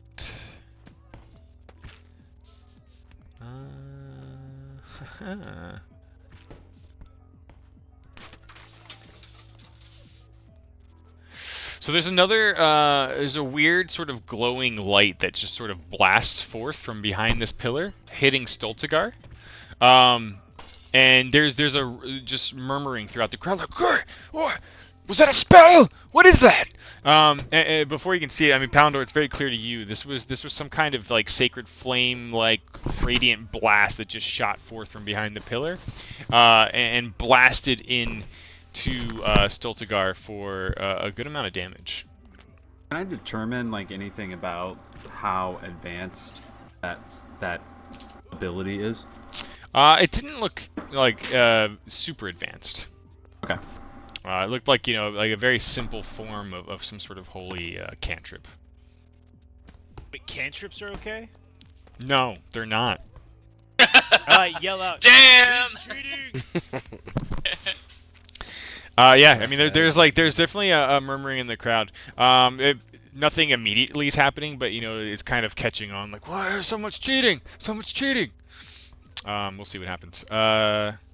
Next up is our hooded guy. I love this Yeah, called that guy. hooded guy. He's still got both blades out, like, you know, just cursing this bird creature who's just mocking him right now. I asked you how you broke free, and he's just sort of slowly walking forward, kind of like doing the whole sharpening my knife blades on each other sound effect. And he goes to just kind of do this like double slash. And the bird creature steps into it and just sort of sticks its sort of like taloned thin leg out. And in like a very, karate kind of move, basically lets his momentum forward, and he just uses that, tripping, taking him, and spinning him right into the spikes. And you just hear this, like it's a very quick, like 1, 2, whoosh, splat sound as this hooded guy just goes chest first and gets impaled completely up against the spikes. His body just stuck there, and there's this. How did you break my slow? And he's even perfectly mimicking like the sound effect of the blades coming, almost like that guy from like Police Academy, just like 1-to-1 recreates like the ding ding ding. How did you get my spell? And he just steps aside between these two bits of spikes, and then kind of has his back to this acolyte, and then like does this perfect kind of twirl and turn towards him, and there's just like this weird bird like cackle as he looks at this guy now. Ace and Palindor, what are you guys up to? Palindor, you can go first, sir. All right. Palindor like looks around, sees a knife at a table. He grabs it. Wait, you're just making this up? Yeah, there's knives on the tables. Yeah. Okay. There's knives everywhere. People are eating, they're drinking, they're merry. Come on, Frank. Yeah. All right. No problem. He grabs a really sharp knife, and he's just kind of leaning over the edge, and he pushes it like very slowly into the palm of his hand, and creating blood. Okay. Oh, gross. Yeah. Ace takes notice and she licks her lips. Yeah, I'm sure you smell it in the air. I smell the blood. So Palindor casts Bane. Which requires a drop of blood. Yeah, it does. Ooh, can we get a little jambot? Is this happening? Oh yeah. I felt that music for a second. It shivers. Mine's just... pretty loud. I don't wanna. Wait, you need it louder or less loud? No, I've loud. I've manually made mine pretty loud. Oh, okay. I'm afraid of it going. Oh, okay. Yeah, I gotcha. Yeah, it's going. I mean, if the sound's off. There it All goes. right, yeah. So you draw your own blood, and then what kind of prayer are you spouting here? Oh, it's not a prayer. It's a curse for sure. Okay. It shivers like every single hair on her body stands up on end. She Like a quivers pea with shiver. enjoyment. And it's like Palindor slings the words as if like spears at the at three targets in particular, because Palindor's been paying attention to the fight. He throws it at Stoligar, at the Birdman, who he keeps hearing that Yeah. that I broke a spell, Yeah. That's And that's then a much at, better version of that. Yeah. and then at the Brugor Axebiter, Ooh. the Okay. orc leader guy. Yeah. Okay. Mhm. All right. All right. 3, and again, like it's so kind of shoulder to shoulder around the pit. Like no one really picks up on anything you're doing there in that regard. And so with that, you unleash a curse upon these 3. And so whenever they have to make charisma saving throws. Okay. And it's I guess it's 1d4, and then they subtract that from whatever they're trying to do. All right, 1 second.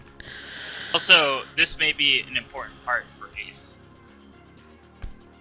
For Wise. I'm sorry to metagame. What's an important part? I can change anyone's saving throws that I want. Oh, okay.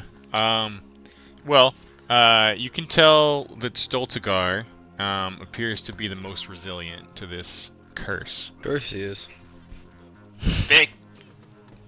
But the other 2 appear to be immediately affected. As you can see, Stoltigar is trying to resist, though. What was Okay. Stoltigar's throw? Can I see? He Good got. enough. Yeah. Or what were the? I don't know if you get to see enemy rolls. I can just tell you that. Yeah, tell me what Palindor's on. throw was. Oh well, it doesn't matter. So they have to beat. They have to make a charisma saving throw, basically. But like I can pretty much add like 4 to whatever the saving throw is. Yeah, and Like Palindor. I get to see that. Palindor, what's your spell save DC? Oh, here we go. It's 11. So if they roll 11 or higher on their saving throw, they're fine. Now, I can spend 2 of my points, my spell points. Yep. Do you want to? I need to see how many I have. Lots. Wait, where are my spell thingies now? Okay, magic soul, tides of chaos. It's your stuff where it says font of magic, your sorcery points. I have to spend 2 of those, and I can get 1 to 4 extra on top of that. Yeah, let me just see if your table's right, because I don't know if I updated that. Because you get points per level. You're level 6. You should have 6 points now, and you only have 5. So let me fix that. 1 sec. 6 Damn! points. There you go. Updated. Updated. All right. So, yeah. Okay, he rolled 11, and I can get an extra 4 on top of No, that. no. So they have to get an 11 or higher. That's just like the power of Palindor's magic right now. So Weak ass magic. again, let me just for Ben luck, let's see. When another creature you can see makes an attack roll, you can use your reaction, blah blah blah. You can do so after the creature rolls, but before any effect of the roll occurs. So by nature, I am not going to show you the creature's rolls. Yeah, I don't only need to your see own. that. Yeah. I just need to see what Palindor rolled. I'm only going to tell you that it looks like he's trying to resist. The other 2 immediately were affected. It's going to be close, is what I'm saying. I don't get to see Palindor's roll. Palindor doesn't roll. He has to roll and beat an 11. That's Oh! it. That's how okay. the saving throw works. Oh, okay. And then I get to add 1 to 4 on top of that. Correct. Yeah, so you can basically negatively impact his roll. And then what's Palindor trying to do to this guy? Exactly what you're doing. They have to roll 1d4 for every action that they use for up to a minute if they're affected by this. So If he fails to resist this for the next minute, every time he tries to do something, he's gonna have to roll a d4 and subtract that off of what he does. Yeah. Oh, so it's reverse me. Okay. I'm gonna do it. Okay. I'm gonna spend 2 font of magic things, and I'm gonna roll a 1. What is it? 1d4, I guess. Yeah. Ooh. Okay. All right. There we go. All right. Palindor, you think that no one sees what you're doing as you draw blood and cast this curse, but almost as if like you rang her doorbell at the smell of blood, Ace is kind of sniffing over your shoulder as you look out at your 3 targets, and you clearly see that Stultigar is resisting the light of Lathendir, and strangely enough, Ace kind of like licks your earlobe a little bit, and she says, let me help you with that. And she does something, and for a moment the will of your god Lathendir bends and shapes on itself, and your magic punches through his defenses, and Stultigar, as well as the other 2, are now cursed. Can I describe this something? Please do. Ace looks down at Palindor's hand, and she mimics exactly what he's doing. Blood slowly slices into her hand, and then she puts it over his, and then the blood mixes together. And you're burned wickedly, and you take 87 points of damage. Oh wow! Wow. No, the enemy's cursed. Ace is excited. All right. At the cost of your own life. That's good. Ace, are you doing anything else? Yeah, is the bookkeeper still close to me? Well, no, you 2 were kind of a little bit over to the side here to be able to see everyone. I'd like to examine the room and look at the ceiling. Is there anything special about the ceiling? Are there any chandeliers? Is there anything heavy above the fighting pit? Not really. I mean, it's really just big, heavy rafters about 12 to 14 feet up. And most of the support pillars look like they're already built into the walls. And then there are like the 2, like over here, like that's a pillar, etc. But the rest are kind of like, part of the load-bearing walls. Alright, and describe to me the spinning blades in the center. How far down are they? How big are they? You haven't been down into the pit to get a really good look, but it looks like it's about an 8-foot drop down.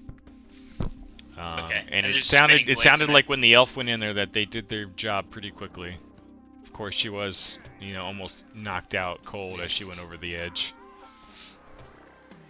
All right, and the spikes coming off the walls. How big are they?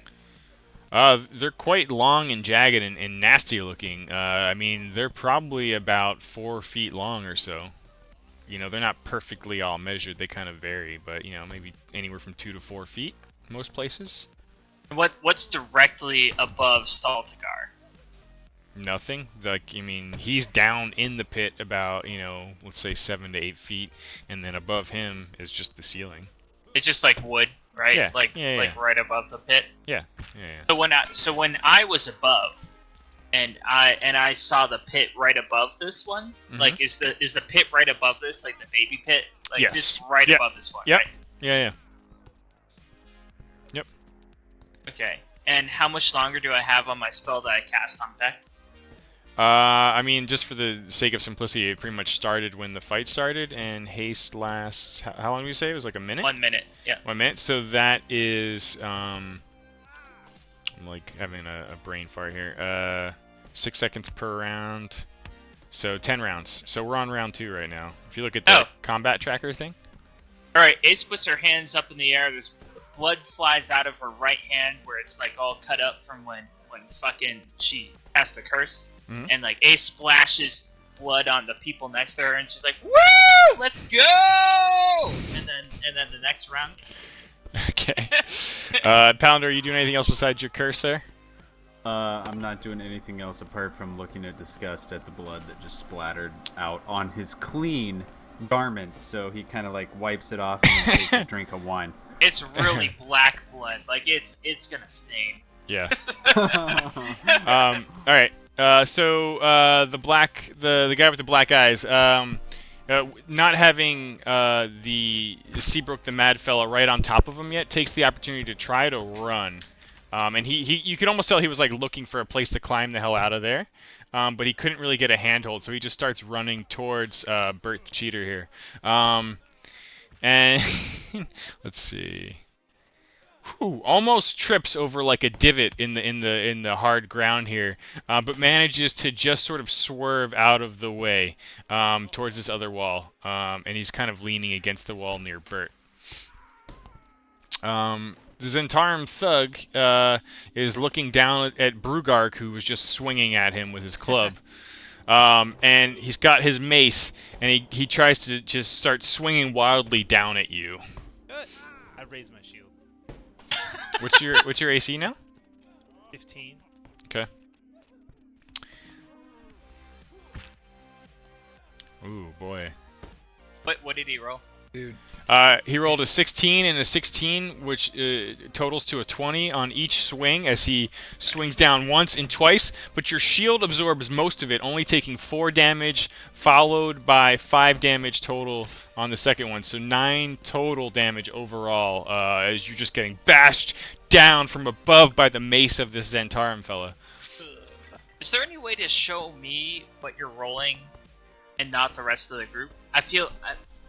Well, like you're never going to see what I'm rolling for the enemies unless we collectively decide that you all want to see my rolls. No. I don't want to see it, but I do want to be able to change the fate of what happens. Well, so again, like, I mean, my interpretation of that is basically I'm going to describe User something happening, disconnected from your and channel. you have to decide if you want to intervene and gamble whether or not it would have been successful. You're only going to see the rolls of your allies. Yeah. The allies rules. That's Okay. what I want to All right. No allies rolled. Brugark just got beat on by a guy. Does Brugark's 50 hit points include the 5 temporary ones given? No, him? so that would be 55 total. I just used the temporary slot to, you know, since it's just a buff. Oh, sorry. I was looking at the party sheet and it says he's at 41 of 50. I had intent on it. I think accidentally just left damage on him from before you guys rested. So he's Oh, at, no, Oh, I I put in 41 because I wasn't sure what that left box was like, total health or... Oh yeah, so HP health, is your max health, and then I put 5 in the temporary, so you technically have 55. And Thing you've under taken wind? 9 UND? points of damage right now. Okay, so that it counts up, not down. Yeah, it's weird fantasy ground Okay. stuff, yeah. Got it. Okay. The number I'm looking for is the number I'm rolling against, not what the enemy rolled. Like I don't want to see what the enemy rolled. I want to see what they're rolling against. Yes. Well, You you'll wanna see you'll what never the know. Allies are doing. Well, yeah. The ally thing that they're trying to beat. That's what I'm looking for. I mean, in that case, it's really just the armor class rating, right? So, like, an attack Yeah. would just be Brugark's AC of... Is it 15, or did we not get your shield in there, Klug? 15's AC. Okay, alright, yeah. I So don't I'll, have a lot of AC. Yeah. Yeah. Are you Yeah, carrying a shield though? Yeah, he's got a shield now. Oh yeah. I mean, seriously, like, let me know what that is, because I can add, like, up to 4 on anything to make it better. You all can My openly AC? communicate your information to each other as much as Yeah, you yeah. want during Yeah. the game. That's on you. Yeah. Cool. If Alright. you don't, if you don't think you're gonna make it, just let me know. Alright. Zentarm guy beats on against your shield, Brugark, for a minimal amount of damage. The guy who just completely shouldered and absorbed all the damage from an attack by Stultigar is kind of using the distance he gained from that to take a strategic retreat. He is falling back and kind of taking cover behind this spiked pillar and kind of getting a couple throwing javelins prepared. It almost feels like he's waiting at this point. Bert the Cheater was in the middle of cocking his next crossbow shot as this black-eyed human sort of staggers past him. He kind of leans against the wall, making sure this guy's not trying to do anything funny, and just takes a slight step forward while firing the heavy crossbow towards the ogre. And again, completely fucking misses. Is Casey still in my? Is it? No. Just him and Goog. Alright, we'll just have him hold for now. Brugark? Oh man. I still attack. Wait, so the Zentarm Thug, does it feel like I can't hit him because he's like somehow Like, has cover? well, yeah, he basically has partial cover against you because he's got this high ground in the wall. Like, Fuck all that. he could easily sort of lean back a Yeah. little bit and you'd be smacking against, Okay, wall. so I I think. ignore him then. Does he get an attack? And I mean, opportunity if I Peck has don't- basically laid like a little like noose type trap that looks like he's trying to spring on the guy anyway. Oh, okay. All right, I'd run over here Okay. and then attack Blaze the black guy. Oh, the black guy. You can hear Bert just kind of.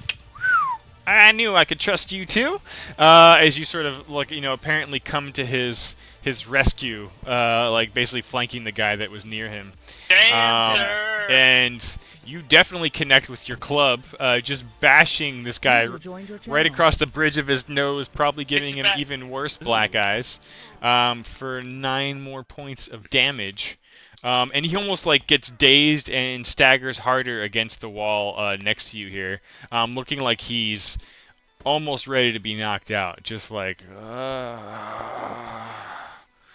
just sort of lumbering against the wall there, barely standing up. All right, that's it. Okay, Peck. Oh yeah. Shit. Sorry, I'm trying to so- log back into the game. Yeah, that's all right. So you've got your rabbit noose still laid up at the Zentarm, who was just beating down on Brugark. Brugark, seemingly frustrated at like trying to lash at this guy up above, just rolled around the side of the wall and defended Bert the Cheater against this other guy. That was heroic of you, Brugark. No, or only because of frustration of I can't hit Zenturn because apparently he has like a ton of cover from me. I can't hit shit. I need someone I can hit easy. What are you doing, Peck? Well, I can't see my game yet. Oh, okay. All right. Maybe if you were a spider or a bear, Brugark, you could like find your spirit. No, he'd be in trouble. Everyone would know he's casting spells. No, it's not spell. No, it's not but a spell. I can only do that twice a day. Mm. Is now And- the time to blow that? But do you think good question. they'd be okay with him turning into a bear? Yeah. Yep. I mean, No spell mean- casting was what they said. Ah, curious, what animals can you turn into? Can I ask that in a Squid. non-meta way? no. In fuck character whale. or Why out don't of you character? Why don't you talk about it when he's not in a fighting pit? Hmm. Or did you just want to ask out of character? Out of character, you can just look at the NPCs list and sort by me. Yeah. Here you go. Okay. There you go. Or you could just tell me, but okay. Well, it's a huge doing list. it. I mean, There you go. I shared it. I shared the list. Oh, you can be a riding horse? And he may know more than that. We're gonna discuss it further. Oh shit, a giant rat? Perfect. All right. Peck, are you in? Yeah, so I Great remember what timing. I wanted to do. Okay. I was very tired of waiting for this guy to move into my trap. Yep. You still have the So- rope sort of wrapped around stone and cocked around your Mhm. arm there. So what I want to do is I want to scurry up that using my second story work. Okay. And before I crest the top of the pillar, I want to shoot him in the knee with my sneak attack because I want to bring him a little bit lower. Okay. And then my goal is to grab that little. Remember, I even said it was like a noose. Yep. And throw it around his head with my sleight of hand on cutting action. Lasso him. Okay. Yeah, I want All just right. like quickly shoot him in the knee as he drops that over his head. All right. So this is where rogues get fun. So you're consuming your cunning action to stealthily climb up, firing a sneak attack shot, and then using your extra action from the haste to basically try to lasso this guy around the neck. I want to use no. I'm sorry. I want to use my movement because I have second story work. I don't need to use a cunning action Okay. for it. True. So I want to True, use my true. movement straight up. Okay. I want to shoot him in the knee. Okay. I want to use my cunning action to noose him. And then I want to kick him off the other side because, like I said before, I tied it to the rock on the other side. What is okay? So sorry. I just want to. And I also want to whisper something to him should I roll correctly. Okay, hold on one sec. So by default, cunning action can only be used for dashing, disengaging, or hiding. Unless I have fast hands, and you do. which I do. To make a dexterity slide. Okay, yep. Okay, thank you. I thought there was some sort of change that happened to it, but I couldn't remember what it was. And again, if you want bonuses, you just whisper to old Papa Ace. Anything's possible. I might need them. All right. So easily second story work. You're up on top there, and you're firing as you crest over the wall again. Let's go ahead and hear that. Like peekaboo, bitch. You know. Oh shit! I hope you say that. Wait, as you what I do roll? it. I want to Peekaboo, roll. bitch.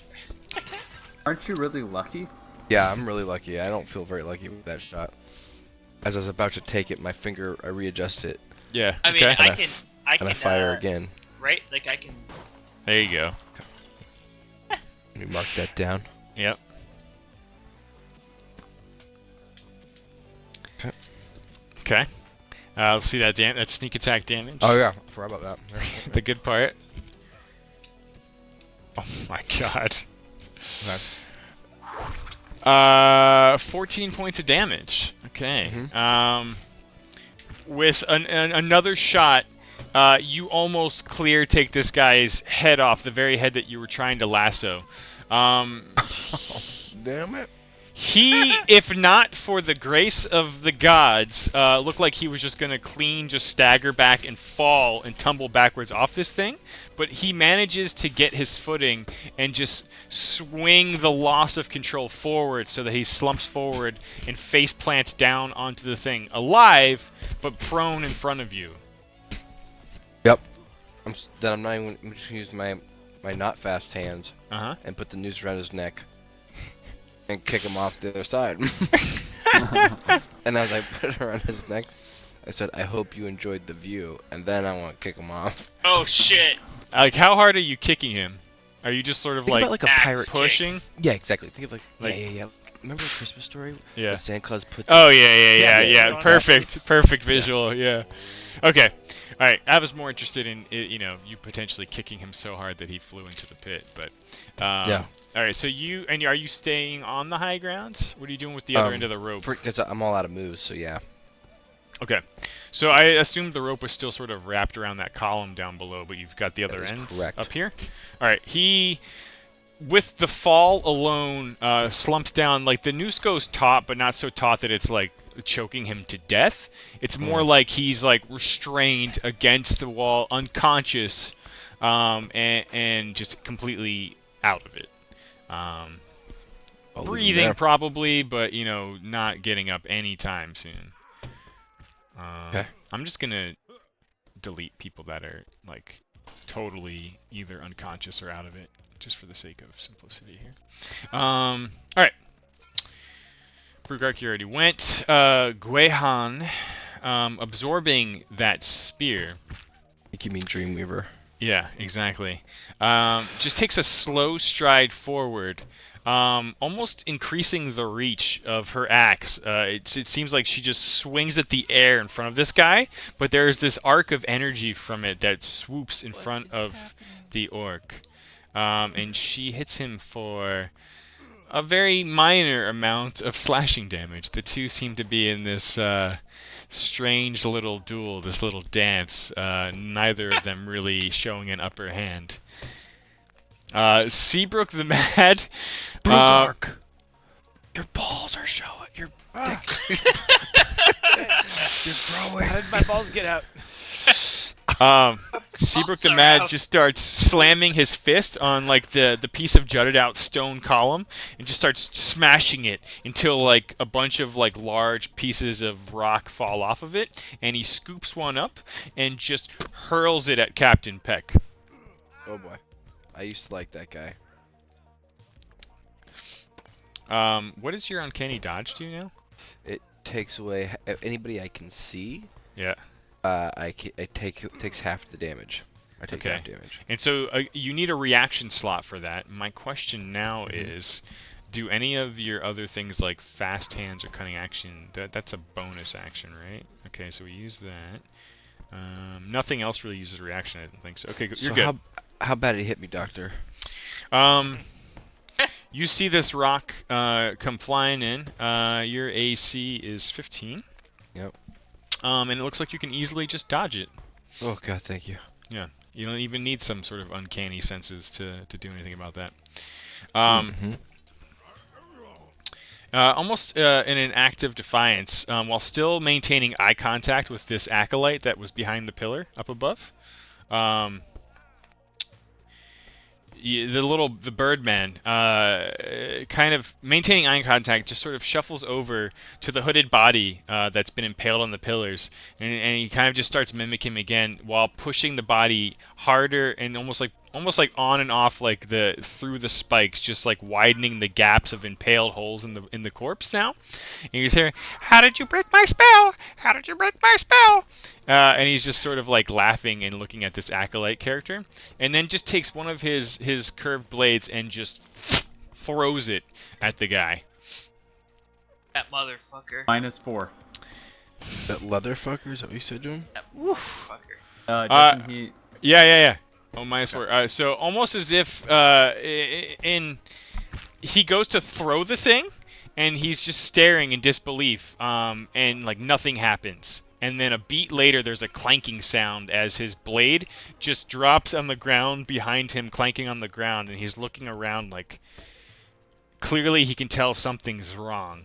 And he quickly scoops his blade back up, but is unable to do anything else, and he's just scanning the fighters of the pit right now, trying to figure out what's happened to him. The large orc, who is unfairly misscaled on the map here, is staring at this barbaric woman with almost like a pleasure. You know, he's intrigued, like he seems to be enjoying himself, and he just breaks his own meditation after throwing that javelin and picks the axe up that he was resting on, and just goes and just swings at her with all of his might. Damn, look at those tusks. -4. Or 1d4. Even curses can't affect natural 20s. Oh. Jeez. I'm rolling so many natural 20s, and I thank God they're not against you guys yet. Stop it. Brugark, you don't see it so much as sense it, but you can just feel her get cleaved for 22 points of damage. Right in the tits. And it just sort of cuts across the top of her breast. And she's like bleeding. And she seems ready to just dig in deeper with this guy. It cheers at the sight of blood. Brugark, I have a question for you. Yeah. But like out of character, but also in character go for it. about your Yeah. character. is Brugark like? Is he jealous, or is he concerned? Ask it in person. Oh, You know what I mean? No, it's more like he's got this. Okay. Impressive she Yeah. can handle such a blow. Confident. Got blown right on the tits. But if things get out of hand, I'm gonna have to go over there and Oh shit. The very, very large Stultigar, standing now alone, being blasted with an array of different magic, some holy, some sort of holy. I don't really know how that curse works. Either way, like his senses are enraged. Like, he doesn't know where these attacks are coming from. He doesn't know what the source of it all is. And the thing that he was hunting has just sort of disappeared.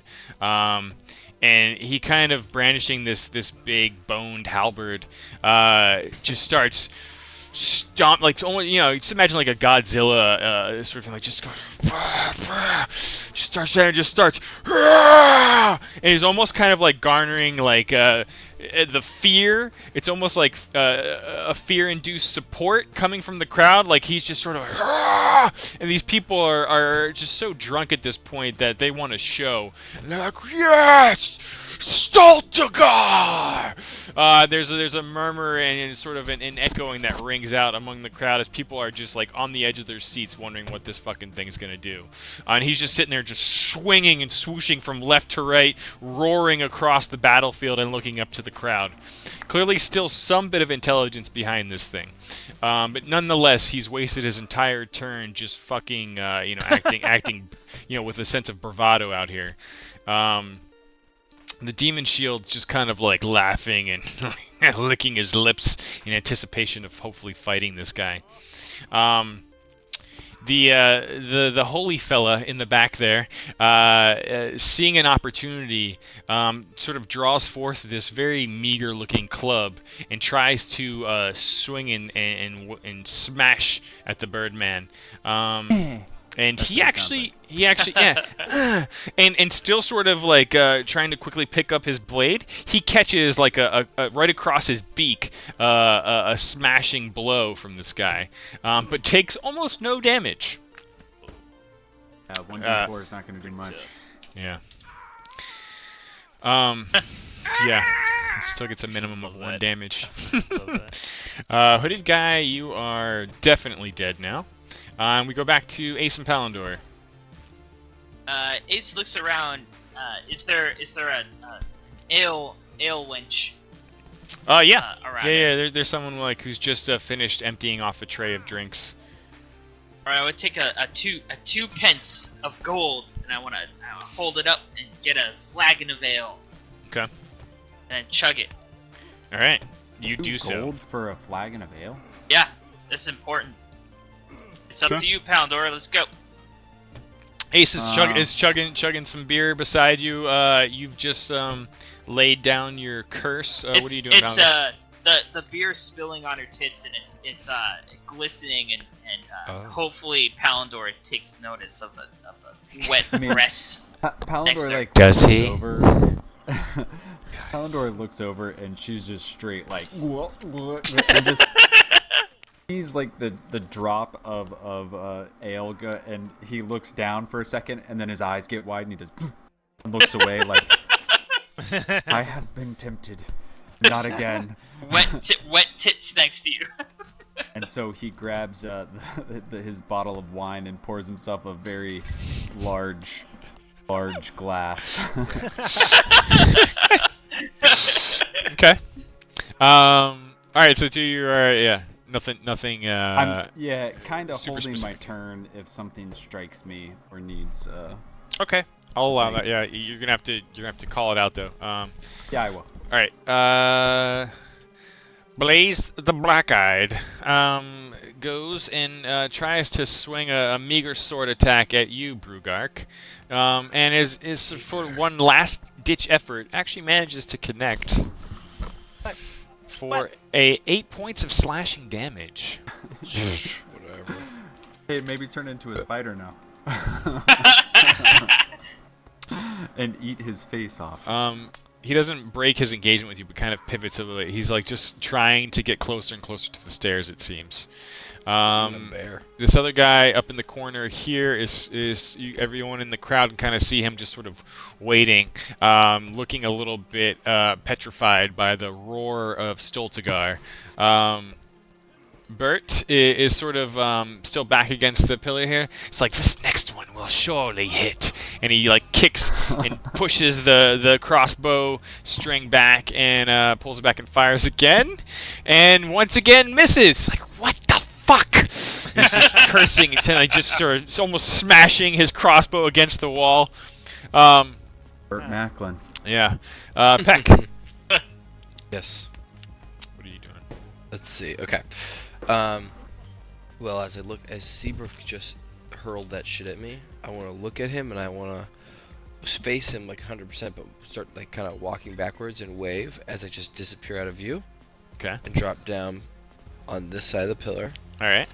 And then, now, okay, just a little clarification on the hole in the wall, the hole in the center. Is it like a well, or there's maybe like a 4-foot brick? Exactly. Yeah, I described it Okay. as about like a 3.5 foot little stone wall that goes around it. So it's hard to walk right into, but not too hard to be thrown over into or to climb It's up 8 on. feet deep. It is about 8 feet deep. What state is Orog in? Orog looks fairly injured. You know, like if you were to like describe it, you could probably say about like a half health or so. Okay. Okay. Well, then I want to run. And for up- the sake of your disappearing act, Yeah. clearly the wall was easy enough to completely disappear from Seabrook. But just in general, roll a stealth check to see Yep. how everyone else, whether you were noticeable. Yeah, no one noticed you. Okay. You got 2 turns too. All right, so you Okay. you easily hop down the other side of the wall and kind of have like a full scan of the battlefield. And as I run alongside the well here, or the hole, the pit. Yep. I'll say, Orog, we have to go together. And I hopes to like, He's rally him. yeah, he's sort of standing like again. He's been sort of like bracing himself, like waiting, kind of nervously, and he looks at you and looks back towards Stoltegar and just kind of nods. Okay. Well then I hop up on this fucking thing. Like I literally just Yep, just springy walking along peg the leg, edge. Yeah, okay. and I fucking take my shot at Stoltegar the Great. Okay. Shit. All right. With sneak attack on, go ahead and roll to hit. This is the first action, right? Oh, my god! Oh my god! Oh my god! There it was. It's a 30. Natural 20. What do I get? Plus 10. Oh my god. His Okay. face just Straight up exploded. 30, dude. All right. Roll damage Natural damage. with. Oh my god! Oh! His head exploded. You were gonna say with something. You were gonna say with something else. No, I was gonna add the fact that because you had sneak attack, a natural critical doubles all of the damage dice. So that's what you just saw there. Okay. Oh Yeah. my god. He's Like, dead. almost like if you imagine like the barrel of the gun doing like that cartoony thing where like it swelled like a pregnant thing Yeah, and yeah. then just exploded and just blasted the metal forward. Like your gun never fired so violently in all your life. And the blow is so strong that it catches Stoltegar off guard, sending him staggering back against the wall. And he gets just grazed by one of the spikes. Like, it's just... And the whole fucking building shakes. Like, the dust from the floorboards above is, like, raining down on everyone. There's, like, a like, oh! As you can, like, kind of see it getting in people's drinks. The little specks catching the light across the whole fucking bar room floor basement. Got a kid off. But Stoltegar takes 36 points of damage initially. And gets dies. grazed for an additional 8 points of damage from the spike Oh, on yeah. the wall as he slams back into it, for a total of 42 points of damage. Dead yet? He is not dead yet. He's looking he's red. pretty wounded. Yeah. And Peck, you still have another action. Yeah. Dude, I believe I finish do. it. Finish it. Yeah. I use my fast hands as I walking for thematic effect Uh-huh. towards him along this thing. Yeah, your as I take my your time to load. movement distance is doubled right now too with how quick you're Oh moving. yeah. Dude, So- walk so- right up to his face. Oh yeah. Like how far could I go and You still? could go all the way up to You him could and go still all the way. attack, yeah. Between your boots and the haste let's spell see. on you right now? Let me see. What is he? How's he looking right now? Put your cannon up to his Heavy mouth. He's damage. he's looking cursed and wounded. You Okay. better not fucking miss. Yeah. I'm gonna walk right to here. Okay. And leaning against this thin stone wall. Yeah, yeah. Okay. And I want to say goodnight, sweet prince. You just killed a boss in one I hope. hit. Well, we'll see. I could have just killed myself, to be quite honest. There's no way. There's no way. All right. Okay. Murdered Okay. this Well, Wait, roll that's to hit my him first. Yeah. Well, I will use lucky. No, wait, Okay. wait, Lucky. wait, Lucky. Ace, use that. he's- use wait, his get fun lucky. He's magic. lucky. He's lucky. He's Hold on, lucky. hold Let him use his Sure. luck first. Okay. The same. Wow. Ace Oh, shit, definitely sorry. sees it. Okay. She rolls her. Alright. She uses thingy jiggies. Hey, your Okay. wild magic has it been going off? It doesn't Not- it doesn't not for doesn't work this. for that. Okay. Yeah, not for this. Yeah. Add 2. So 15. you notice Peck just stumbling over and over, trying to reload his pistol in time. Like it was no issue for him to get his suave words out, but apparently he's having issues drawing forth another shot from his gun. And Poundor, you kind of see two things happening. Ace kind of gets near you and looks down over this sort of wall over here, and again she seems to be doing something strange. But also notably, Hengar kind of comes to the edge of the fighting pit, pushes his way forward, and watches his former but perverted clanmate like just completely getting annihilated down here. He kind of whispers like, "Stoltegar, I'm going to find out what happened to you." But seemingly, not entirely concerned. Like he almost has a sense of like he's unsure if this is the man he knew or if he's even salvageable. Peck, despite your efforts to reload and shoot, despite the strange sort of luck coming forth from above, you fire your gun. But it does nothing more than slightly deafen Stoltegar as there's a black soot mark just splats on the wall Oh back shit! here. I forgot to put the pellet in. And you missed. He rolled high, Brugark. higher than 15. You've just taken a slashing bladed attack by Blaze the Black Eyes down here. Yeah, no, I finish him off. I try. And you do. You swinging around with your club, you just bash him against his head, almost compressing his skull between your club and the wall. And there's an audible sound like that, just that hollow sound as the wood clunks against his head, and his eyes roll back, and he just falls down completely unconscious. I can't say that word tonight. I don't know why. On the ground here. You can still move. You can still use bonus actions. What are you doing? I'm gonna. I tell Bert the cheater. I'm like, all right, go take Seabrook. I'll go get Orog. You're going to leave me with Seabrook? He kind of looks back. He's like, I fired 3 bolts at the thing. There's like some wall of air deflecting all of my shots. He's just sort of yelling, where are you? Okay. Alright. And Guihan returns to her duel, this very barbaric sort of duel happening here. She almost seems to be growing in size as she channels more of her energy. Like this barbaric rage is just coursing through her. And she grows in size, meeting this guy who called himself Brugor. And she pulls her axe back and swings at him.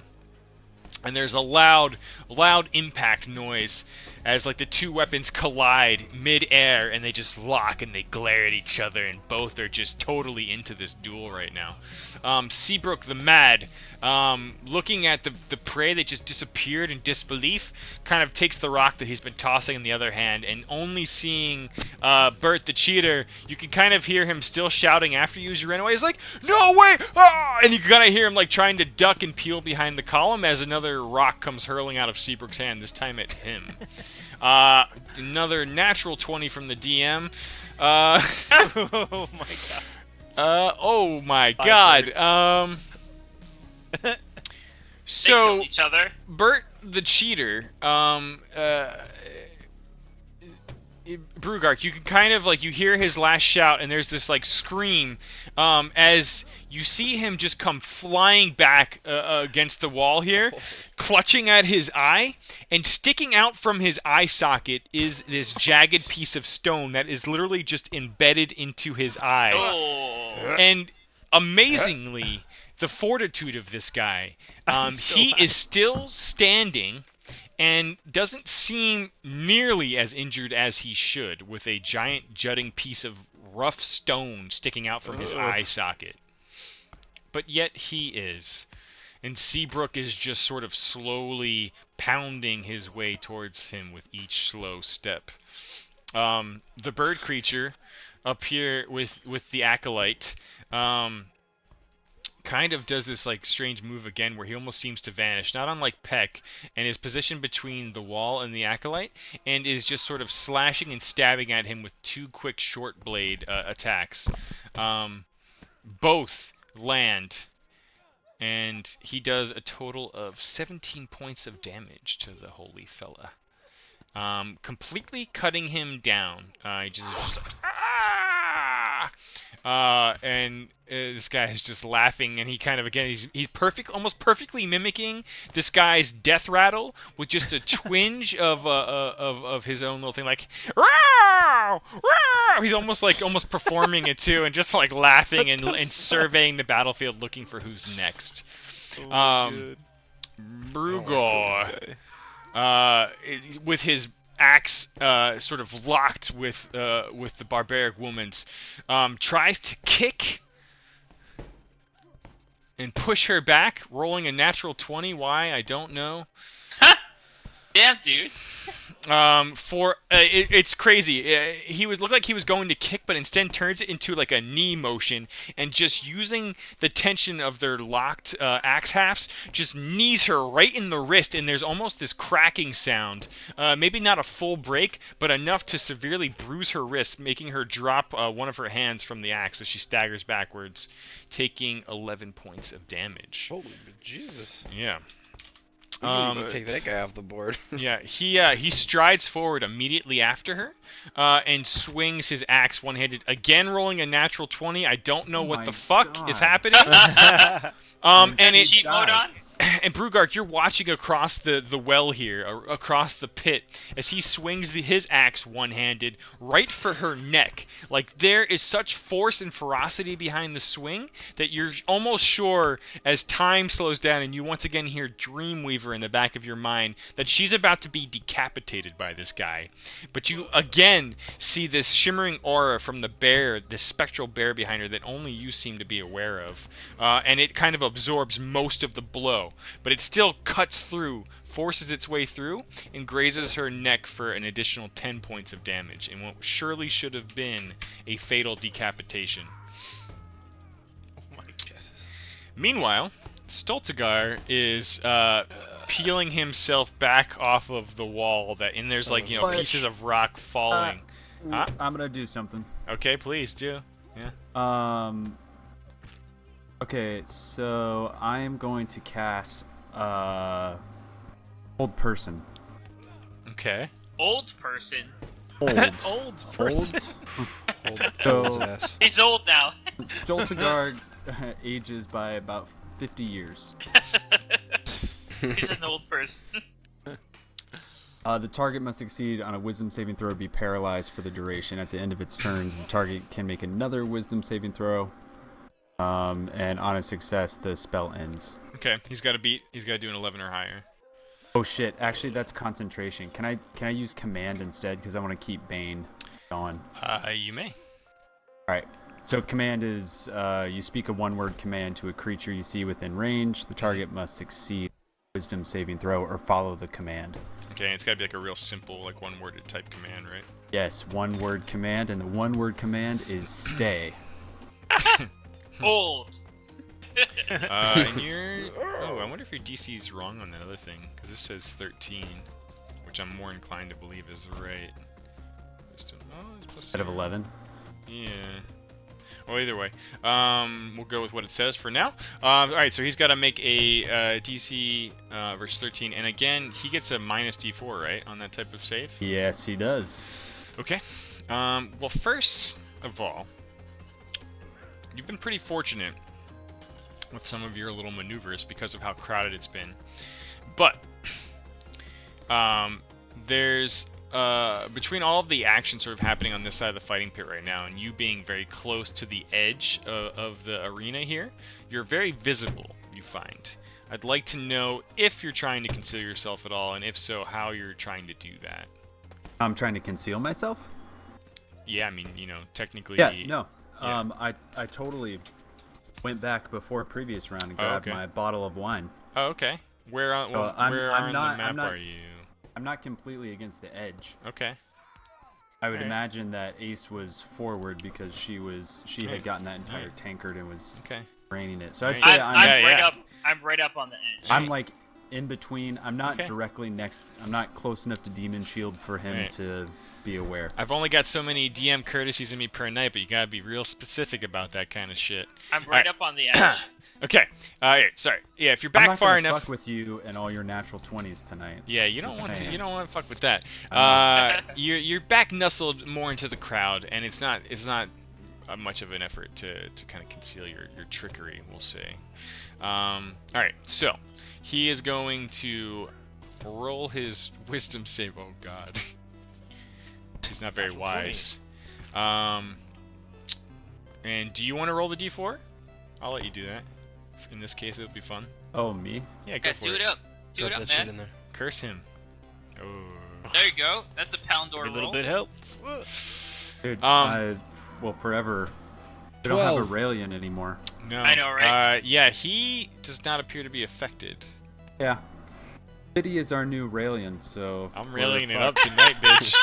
That's not good for us. I know. The mantle was passed. Yep.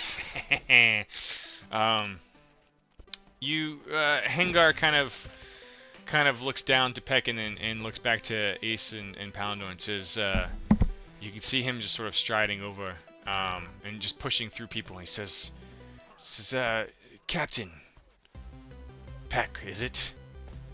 And I know you're a little distracted, but you can kind of see this guy. Yes? You can hear him. He's like, take him out, but please try to keep him somewhat alive. I'd like to question him. Alive? And he kind of looks at the beast down below and says, and looks back and he says, he kind of gives you this look and he says, you know, I understand if you can't do that, but Somewhat alive? all right. Ace and Palandor. All right. Right. Well, you already kind of went, Palandor. Yeah, I right? did. Did I jump around wrong there? I don't know what happened. Anyway, Alright, Ace, are you doing anything? Ace is running up next to Hengar. Okay. Putting acid splash inside of her flagon that she's just drank completely. Okay. All right. Filling it with acid, Mhm. and she's throwing it at Stoligar, the Gree. Okay.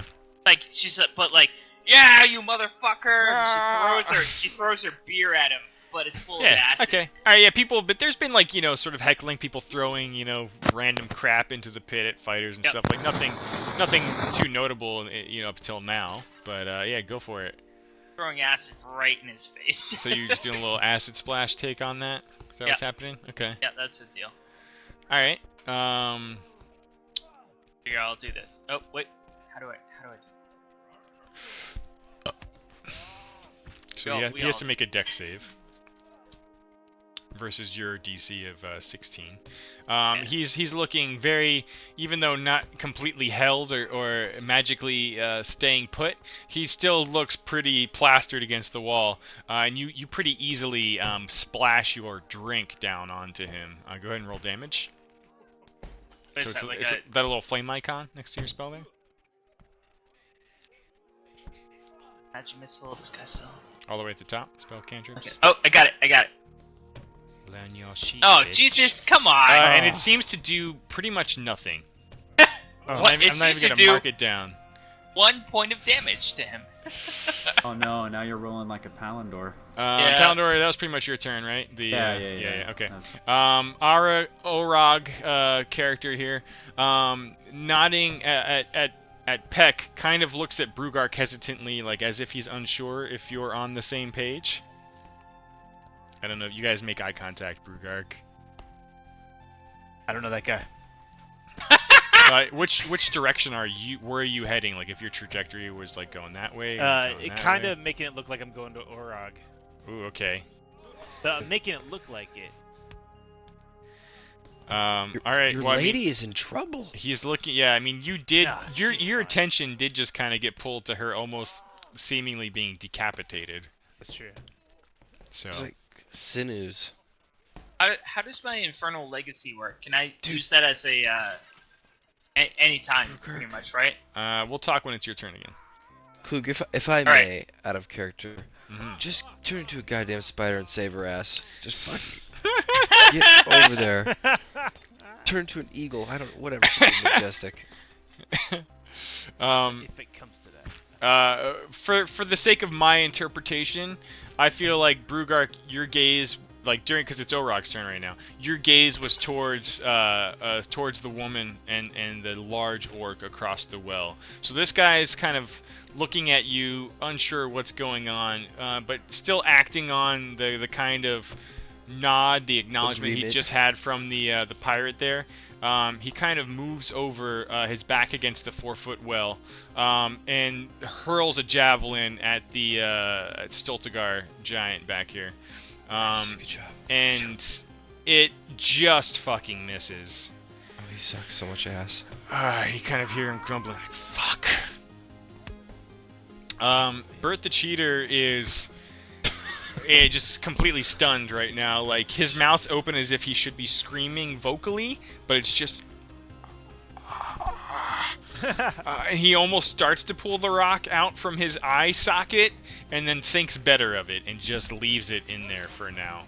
And he kind of like whispers something like, "It'll be my luck that now I'll actually hit." And of course he rolls a natural 20.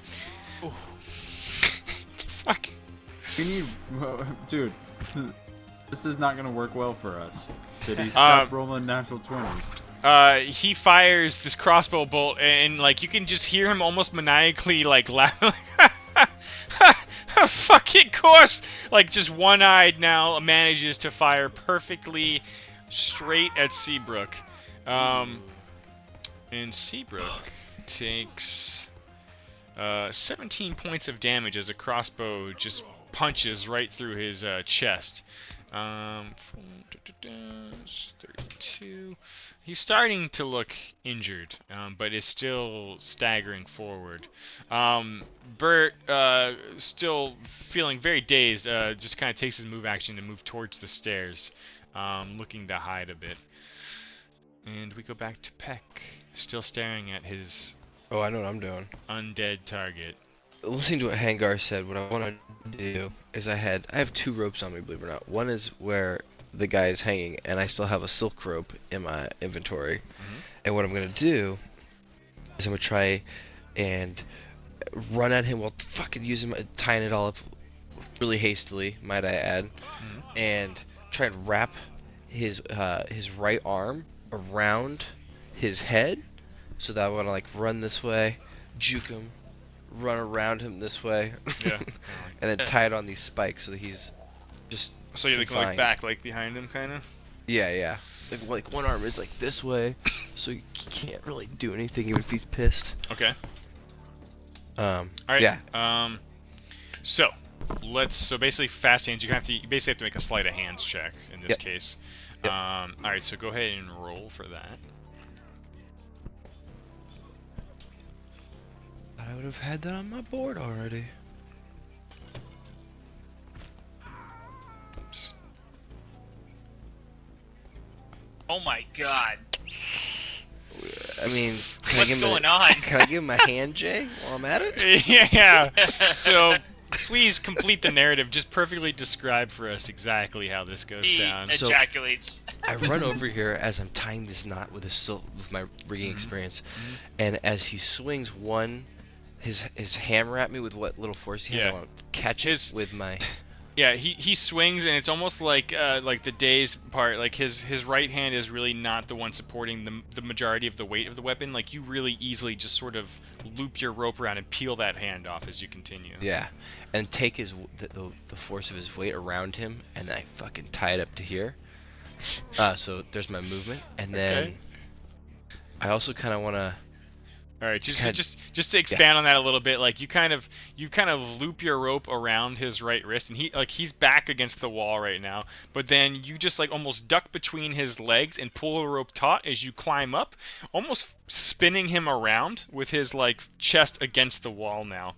Yeah, you're welcome, And Hagar. you kind of like run, and like the crowd's like just really sort of cheering as you like hop along the wall and like dash over, and then just basically jump down, pulling the rope taut along like the topmost gigantic spike, which in this case is about like 8 feet long. And you drop down, loop it, do whatever, continue. So that's it. I just want to tie it off there. Okay. And I think I have one more action with haste. Yeah, yep, because it was kind of your Uh, cunning action for the sleight of hands. Now I know I might have to deal with Orog.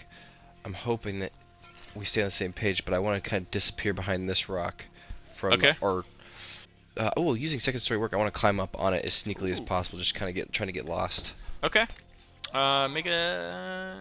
Yep. Well, you're able to move and climb Oh, up yeah. on there. And Probably you go. can't stealth check. I'll give you this. I'll give you the stealth check in place of the full action because you're really just using a move to get up there. Okay. Go ahead and roll stealth. Yeah, that'll work. Decent. There's a few people in the cloud. Like there's almost like a ooh kind of sound as like people, a few people see you, but no one on the battlefield does. Brugark, you watch Orog kind of like. You kind of sense him eyeing you up before moving away from you. And across the well right now, you can see Guihan really losing the upper hand in this battle with Brugor. Cool. All right, so I'm gonna do this. Brugark, son of So I Brugor? counted this out. Count with me. So this is 5. Okay, actually, this is what I want to do. I want to start running Here, you know what I to can- the other side, full I'm gonna- sprint, Okay. and then during the move, change it to a brown bear, which, or Oh, shit. if I can do that now, brown bear has 40 move speed, which would put me side by side with Okay, hold on. Guihan, Uh, which would put me within attack of Brugor. Okay. I don't have my original token, but I love this one, so I'm gonna just fucking use it. 10, 15. So you can, if you remember, you can click on like the 20, end of that 25, vector 35, and kind 40. of drag like the line. Basically that. I want to get to. Oh, there. Yeah. So 40. So Okay. brown bear can move 40. So that's what I'm doing. Okay. Yeah, I'm Rip into into a that. brown bear, run along the side of the well, get to side by side with her, and then just like charge, basically, Brugor. Okay. Make my 2 attacks. All right. Oh, What is that? A mole? my brown bear. Is that a mole? Yeah. All right. So Brugard goes charging through, and before we know it, just completely just jumps and shifts into this massive brown bear form as you go leaping towards the orc. Yep. Okay. Or a giant puppy Brugor. based off the icon? Yeah. Bruger, just so you know, we only need to take one more out. So, Okay. as I'm Make it this counting, big one. He definitely does not hear you in this Yeah. state. this is true. And you just fucking lunge and bite at this thing. So it's bite, Yeah. and then I also claws. Oh yeah, you do. Oh damn, dude, that guy's dead. Yeah. In a true moment of inspiration, Guehan, who's gotten knocked back Flurry? against the wall, sees you take this bear form, and there's this like corner of the mouth kind of like smirk as she sees like Ooh, you're clearly getting laid. she's got a thing for bears. Bears. And you just bite, bear. slash, and maul at this thing with such ferocity that like all of the attention of the crowd is now on this area. The giant bear that just appeared. So spit takes and all cheers. told, 21 points of damage. Damn, you're getting laid, sir. Bear Bear form. Oh shit, wrong guy. Bear form lasts for hours. You got a big old bear dick. If it lasts for too many hours, you have to call a doctor. All right. So you have locked in with this guy. I'm just gonna hide regular Brugark until this is all said and done. Your bear wears off, but your dick doesn't. Whoa! Guehan sort of takes a moment to step aside and once more is kind of meditating, and you can kind of, you're in this like ferocious bear state, but you can't help but like, flick your look direction over to the right a little bit, and you kind of see her mouth the words like, "Thank you." Oh shit. And she's sort of steeling herself to join in and aid you, but it looks like she needs a moment to kind of regain her composure after the beating she just took. Everyone in the crowd kind of starts laughing as Seabrook's just like looking around like, "Where is everyone?" And he's just like he's just so stupid and confused right now that people are like, and he just kind of like, before you know it, he's just like rampaging and sort of climbing up on top of the wall like, and he sees at the last moment he sees Bert sneaking away towards the stair and just picks up another piece of broken rock and just hurls it at Bert. Oh no, Bert. Bert's like trying to sneak away. Bird's gonna be Bert. part No. He gets his forearm up, but just like it just gets nailed by another rock. Oh shit. Only takes 8 points of damage, but it's at least not in his eye this time. Is probably something he's thinking. Bert got Ernied. Our little bird man kind of tumbles and climbs and gets up on the wall on the edge of the ring, and people are almost kind of like helping up, like, yeah, and he's kind of just like hands up and he's like, yeah, like just perfectly mimicking the crowd behind him, and he's looking at you, Peck, and just kind of like, again, he's got a beak, but you can kind of sense this like through the eyes alone, like this look. He's And he's got a looking at beak. But and like from Trying to get up on your level. sneaky fella to sneaky fella, you can kind of see him, and he's just sort of like jingling these rings in his hand that he just pockets, and he looks at you, and he just starts to pull a short bow out, and people are like patting him on the shoulder, but he's still kind of like, and he's just slowly drawing for a single. Like, if you've seen this guy move so quick, they could probably do more, but he's just slowly drawing back for a single shot, looking directly at you. How long does that curse last, Poundor? Forever. Oh. It's 1 minute, which is 10 rounds. Okay, yeah, we're only on the 5th round right now. So go ahead and roll D4 for me. Me? Pounder. Oh shit! Hey. Rolling like a fucking DM. So not unlike earlier when he dropped his blade attacking the Acolyte, he goes to draw his bow back and fire, and like the arrow just does that thing like where it kind of loses its grip on the actual string and just like sort of flumps and drops downward without much force behind it. And he kind of like looks around like, what the fuck is wrong?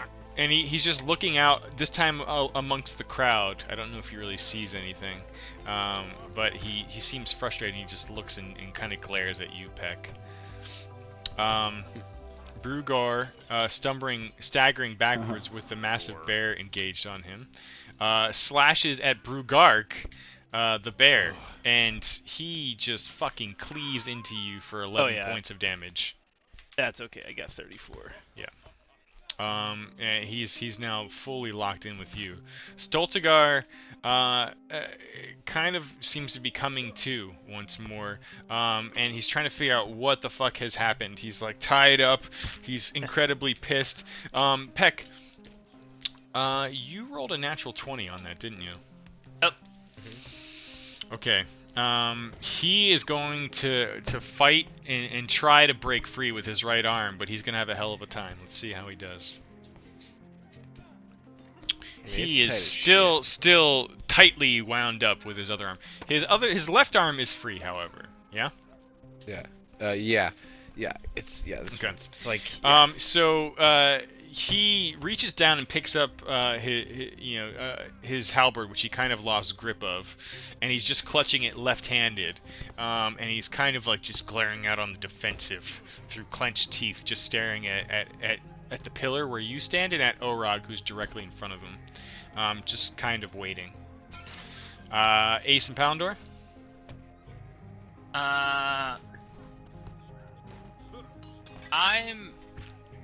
Can you describe? Can you describe to me, Soltigar?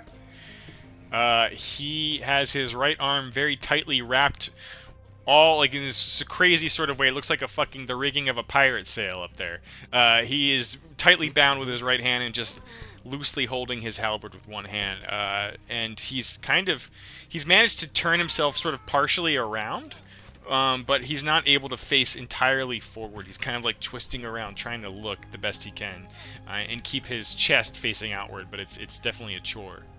And Hangar asked me particularly to see if I could keep him alive. Which I Ace assume you heard. you also heard, yeah, for sure. All right, Ace is gonna move behind Soltigar. Okay, you do that.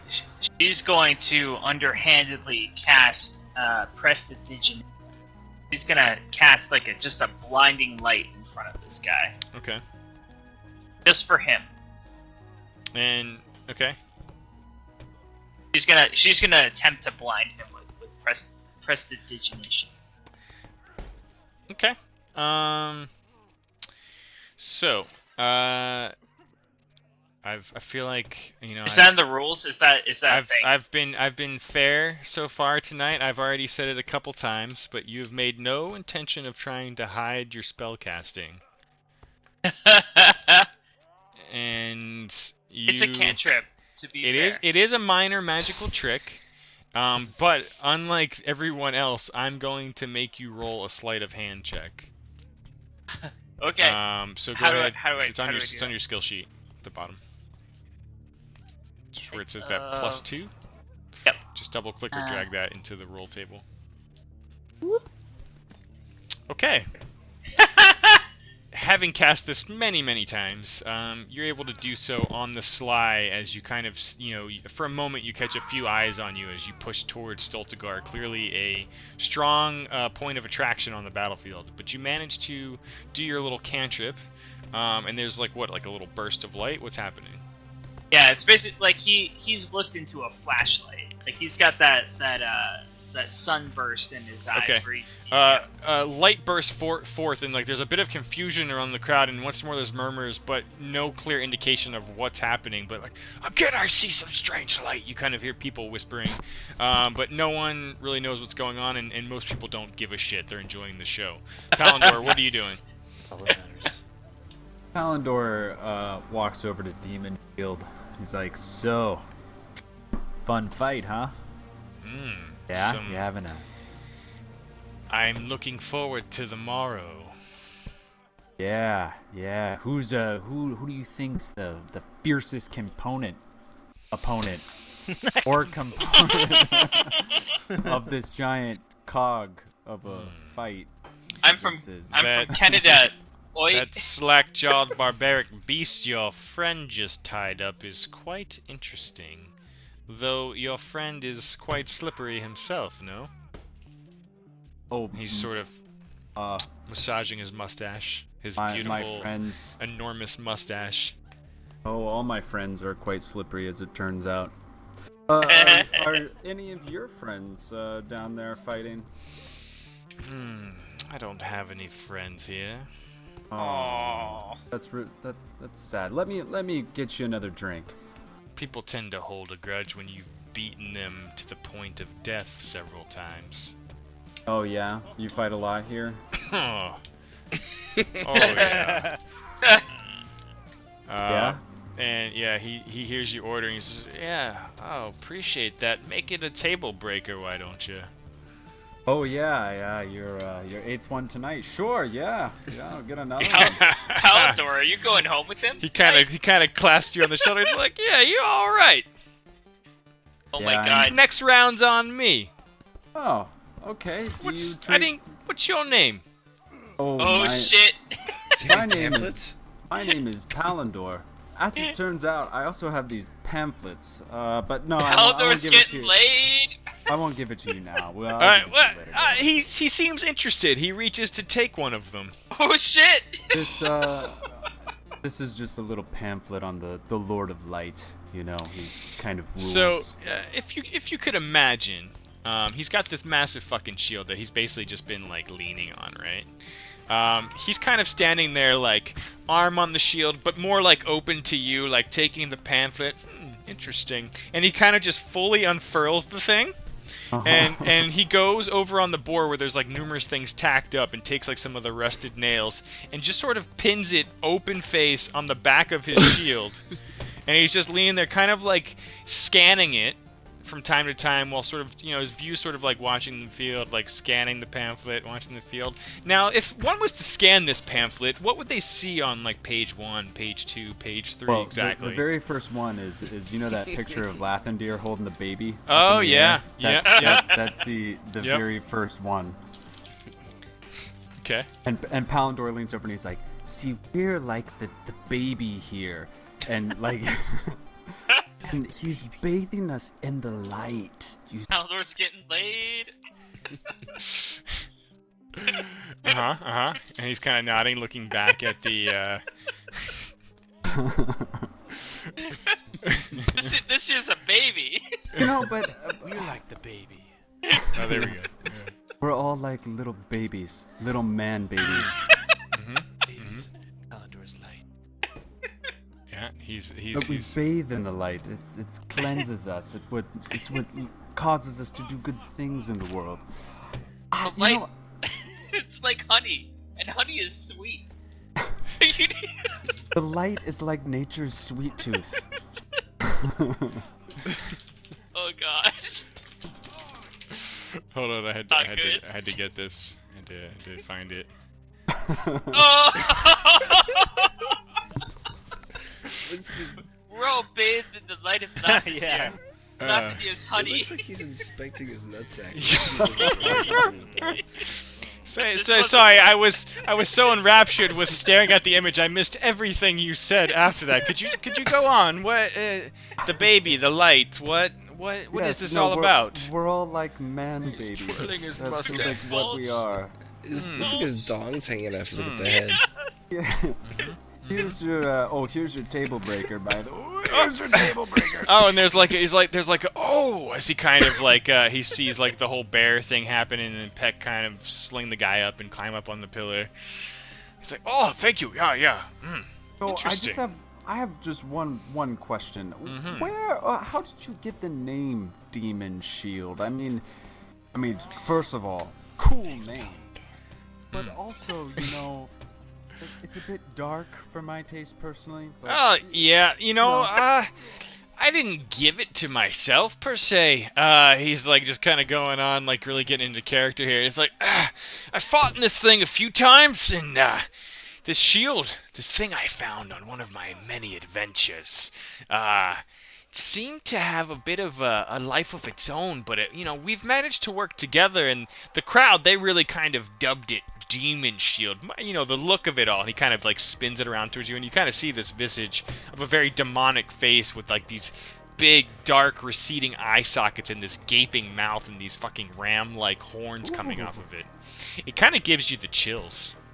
So you found it on an adventure. We were just talking earlier. I think you had mentioned you had made it. But you found it on an adventure? Well, I've sort of retrofitted it for my own purposes, the original piece, yeah. I'm a bit of a kit basher, you might say. More of a basher than a kit user, but, you get the idea. Trust me, I Yeah. do. And Palandor kind of like, he's got his like shield on his back, and he kind of like pulls it forward a little bit, like, yeah, no, I know exactly what you're talking about. Don't worry. He's getting laid. He's kind of sizing you up, and he's sipping on his table breaker, really taking it in right now. Yeah. Yeah, my he loves this? shield of the Sentinel, you know, very Ooh. very Oh. prominent on my shoulder, and Yeah, he's How- kind how of checking it out, and he's like, that thing looks ripe for the modification table. He's like, that's what I call the workshop. What kind of modifications do you do? I'm totally taking over this Yeah. epic fight. Oh yeah, no. This is Oh way yeah, more yeah. interesting The than two of guys' you fight. carry on and on. Both of you kind of losing your attention on the fight at times, as he goes on to describe that basically he likes fucking with anything of interest, anything. He tries it all. He's really a dabbler, but it always just gets obsessive to the point where he just falls full on into experimentation until he can bash a thing into working. But meanwhile, we'll come back to you. Orog is prepping another javelin at the now sort of tied up Stoltegar. And he's noticed that you, Peck, have kind of taken your eye off him, but this guy kind of gets a mean streak in his face where he's like, you know, I'm not going to let this opportunity go. And with advantage, hurls another javelin at the bound Stoltegar. And he, with that advantage, manages to hit for 9 points of damage. And you can kind of... Hengar kind of clenches his teeth up there next to you, Ace, and he says, well, they're gonna need to take him to the point of unconsciousness anyway. So he just kind of grits his teeth as he watches this proposed friend take a javelin right in the upper body there. Still very much among the conscious. What the fuck's... I don't know, whatever. Bert is near the steps. Still got a giant rock in his fucking eye socket and sort of ducks and gets almost full cover from the wall of the stairwell here. And he's sort of priming his crossbow slowly and trying to recock the thing, but it takes quite a while.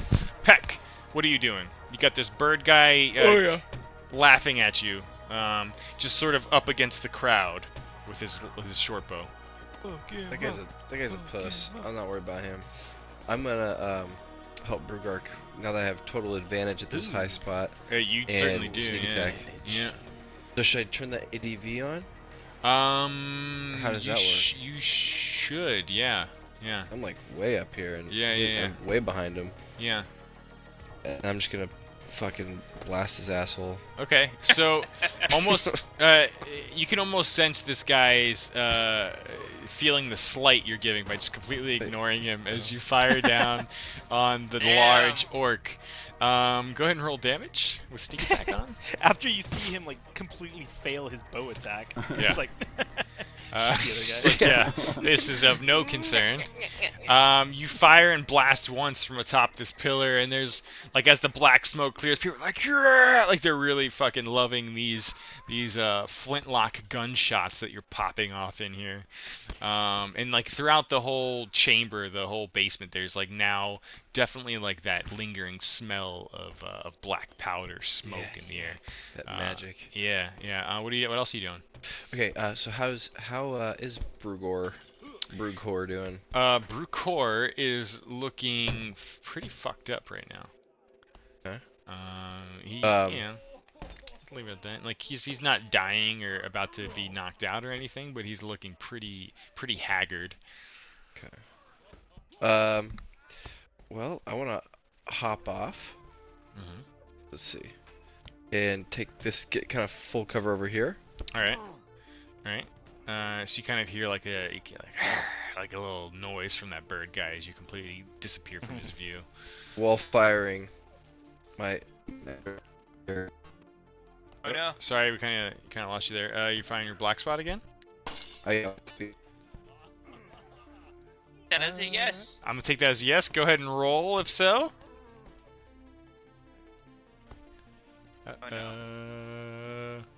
Alright. Yeah, go ahead and roll to attack again, if that's what you're doing. You're kind of breaking up a lot. I believe it. But fucking barely. Oh. Oh, no. All right, we will continue that when he returns. Brown Bear Brigark. Brown bear. After making eye contact with Guihan, I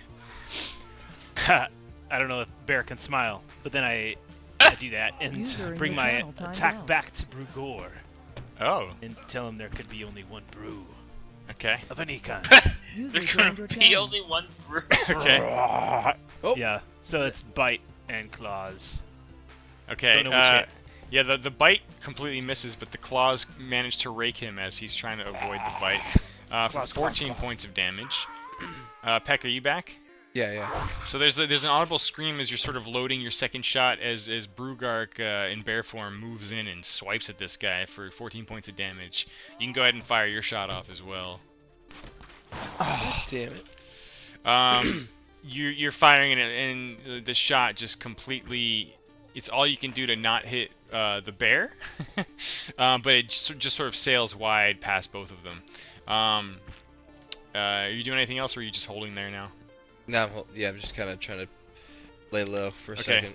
Guihan kind of strides forward in an attempt to sort of flank this guy, aiding the two of you basically. And she's standing over this blood-stained drain in the frozen ground here, and she's sort of just drawing her axe high as she steps around, and she just fucking swings at the back of his hamstring. Rolls a fucking 19. Oh! But Wait for that barely penetrates the thick, calloused flesh from behind here. Only doing 4 points of damage. What? Yeah, 4? yeah, pretty bad. Rolled a 1. Strength. She hurts herself. It's enough to completely, to cut into the muscle though. And between that and the gun smoke firing past him, and Brugark clawing at him, he falls down prone, and it's kind of just like a coup de grace for the two of you as you look at each other and just like fucking finish him off with claws, and she's just bashing him with the haft of her axe. And you guys take Stultigar out. Or not Stultigar, sorry, Brugor out. Brugor. And with that, 1, 2, That's 7. 3, 4, 5, 6, 7, 8. There's still. Stulgard is. You kind of hear. Well, he's still alive and conscious. You kind of hear from the bookkeeper. You hear him shout out. It's like 1 man more and it's over. And like you kind of hear the crowd like yeah. Nice.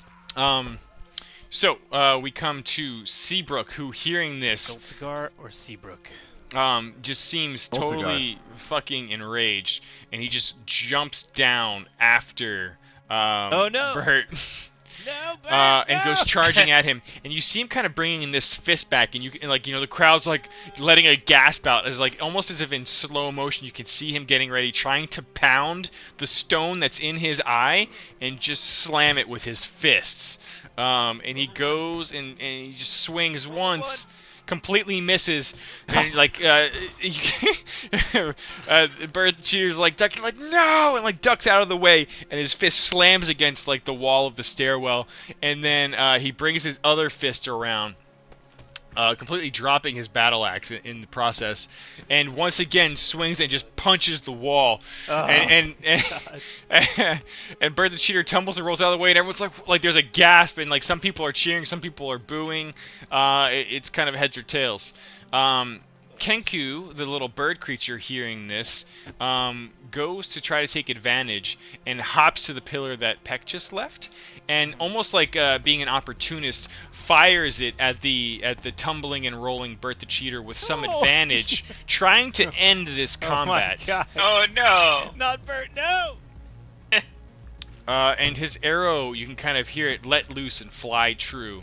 And Bert takes 7 points of damage. Oh Again, no, Bert! Again, surprising everyone at the fact that he's taking like the fortitude of this fucking guy. Like, say what you will He's about amazing. Bert, it's pretty my hero. ridiculous. 'Cause he's And you kind cheating somehow. of Please let him live.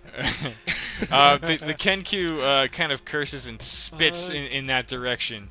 Stultigar once more tries to rip his hand free. and there's Ace above you, like as like he's just, and he just fucking rips and pulls, and you come stumbling down into the fighting pit as part of the wall just comes crumbling down. As he rips it forward, almost sending his force staggering into Holy shit. Orog. Oh, fuck. Are they going in the middle of the pit together? Orog goes smashing through the 4-foot wall. Oh no! And before anyone can know it, they kind of hear this rumble, like, "Brrr!" And Stoltzkar manages to stop himself with the other pieces of the wall, braces, as he looks down and sees this creature just go falling into the pit, and it's enough to stop the blades. Like, there's this, like, and it just slowly stops as the blades kind of get locked up and jammed down in there. Yeah. Damn. And you kind of hear the bookkeeper yell, "Time!" And like all of these huge, burly, like half-orc, half-ogre, big humanoid guys all start clearing the crowd out. And like these people seem to know the deal. Everyone's trying to be pulled apart, making sure that no one keeps fighting past the called time. God. And the bookkeeper kind of like, he looks throughout their crowd, he's like, "You've seen it, folks! The most ferocious lot we've ever had for one of our brawls." And he goes and he starts preparing the brawl board for the draw that they're getting ready to conduct right now, while Palandor and Demon Shield are still conversing about shield bashing and mashing things together. Yeah. So you dabble. You like to modify your shield, huh? Palandor? That's very interesting to me. I've been wanting to, and maybe perhaps, I don't know if you're good at this, but I was told in Palandor Presents the gem of the Sentinel. I've heard that this can actually fit into the shield, but I have no. You're showing him things. both. You're showing him both things. Yeah. Okay. I've been told Are you that like this trying could to put fit, it in there? but I don't know if this could fit. Could you help Yeah, me make it fit? maybe Palandor is like a little bit drunk at this point Maybe because I'll put it in the back on of his it. second bottle of wine here, and he's like, To the back. I've He's tried fitting it, and it doesn't do it. He's kind of stroking his large mustache, and he's looking at the thing, he's looking at the hole, and he's still sort of like glancing at your pamphlet from time to time. He's kind of like nodding. He's like, "Oh yes, that looks like it even wants to go in there with just a little bit of bashing, a little bit of mashing. We could definitely fit that in." And he kind of gives you a wink. You think that bashing with the Sentinel thing, that's bad? Would it break the Sentinel? I'm sure we'll find out. But he's kind of like looking at it like, it seems okay to him. So this is the little moddy thing that I would do, but your shield looks like it has a few moddy things.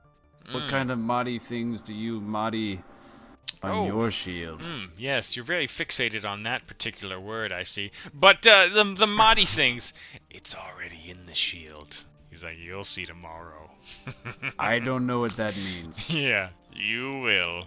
And he's just like, he's laughing like almost as if he's impressed with himself, Perhaps just, I don't know, if you need a warm-up, not for a warm-up for the match. If you want to spar sometime tomorrow just for the shit of it, I would love to see my shield. He's kind of nodding, and he's like, I need to go down here for this real quick. We'll talk later, friend." And he seems genuinely, sincere about that.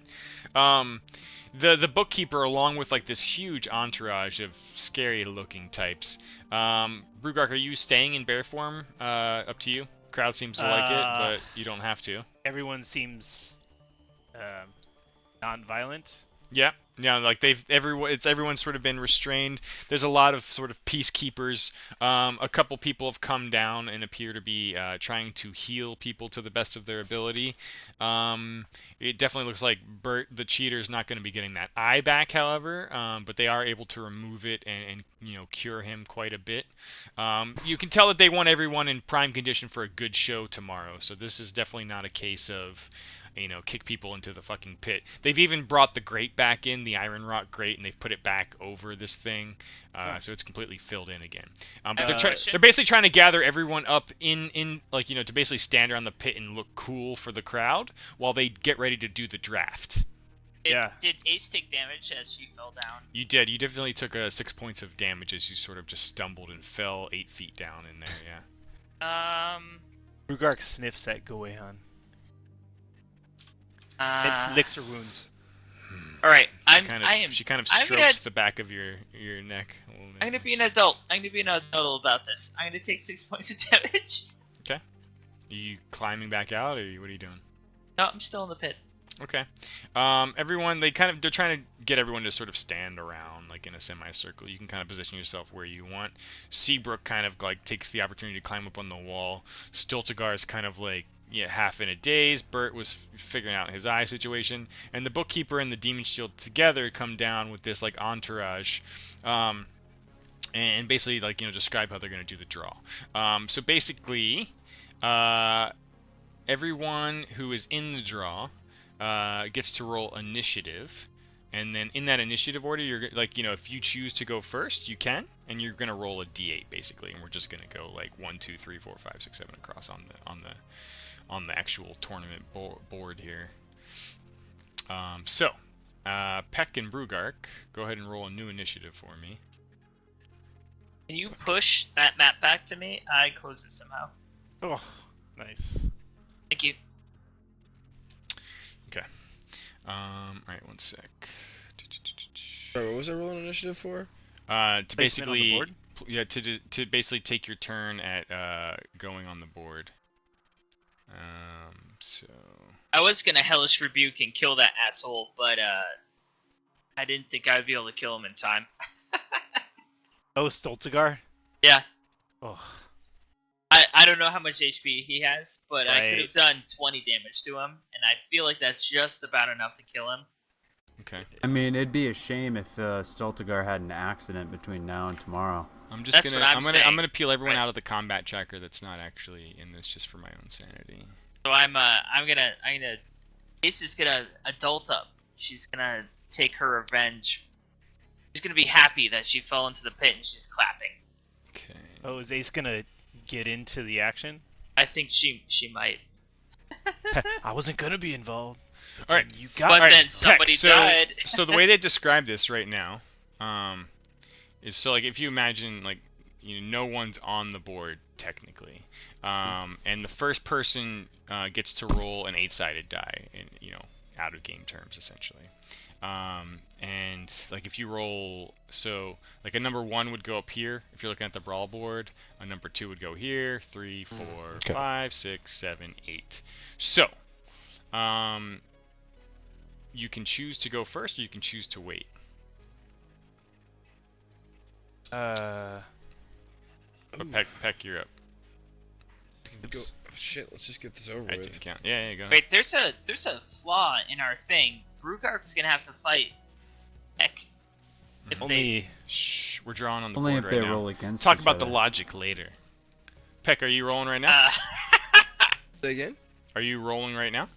Didn't like to fight? No, D8 basically. Oh yeah. To see your placement.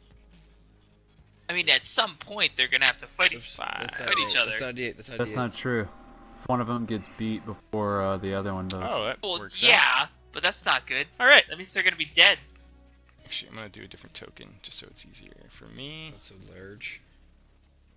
There we go. We got a Peck on the board. The Demon Shield steps forward the moment he sees your place and kind of like winks at the Bookkeeper. He's like, "Oh, look at that! 5. I rolled a 5. I definitely rolled a 5." The slow move. it's slow. Why is it slow? Kenku Birdman rolls a 7. But why wouldn't he roll a 2 so he can just fight Peck immediately? Oh, he wants him in the He wants him in the finale, final, bro. yeah. Come on. This guy rolls a 7. Good, I did not want to. Well, he's dead. Alright, next up is Brugark. I'm gonna have you re-roll just because. Well, this The guy's Brugark. dead. Don't roll an 8. Ooh, a Sick. 6. You're facing Demon Shield. That's cool. Oh, perfect. You Oh man, you I was hoping you really were gonna face the girl. Damn it, Yeah. dude. I mean, it doesn't matter. Either you're gonna kill Peck, or Peck's gonna kill you, or Demon Shield's gonna kill you. Whatever. I can It's- take a dive for Peck, that's Stoltigar okay. rolls a 2. don't- Stoltigar do- rolls a 2. Oh, I knew that was gonna happen. Jeez. Well, that this. bad? Oh my god! It's so big. Did I say that was gonna happen? Oh, dude. Stoltigar's gonna have an accident before this. Oh, Yeah, God, we by the need way. to- Oh no, Oh, what? no. This fight is tomorrow, right? We Yeah, could it's tomorrow. totally It's tomorrow. Fucking assassinate everyone tonight. Yeah, we're gonna have to kill everyone. I didn't catch what you said, Casey. You're kind of breaking up. I clicked my rope at the end of the fight, by the way. What? That bleepy bloopy blop blop. I lost you. We're gonna have to Casey. assassinate everyone. Like, there's no. I This is wanted to fucked. hear it.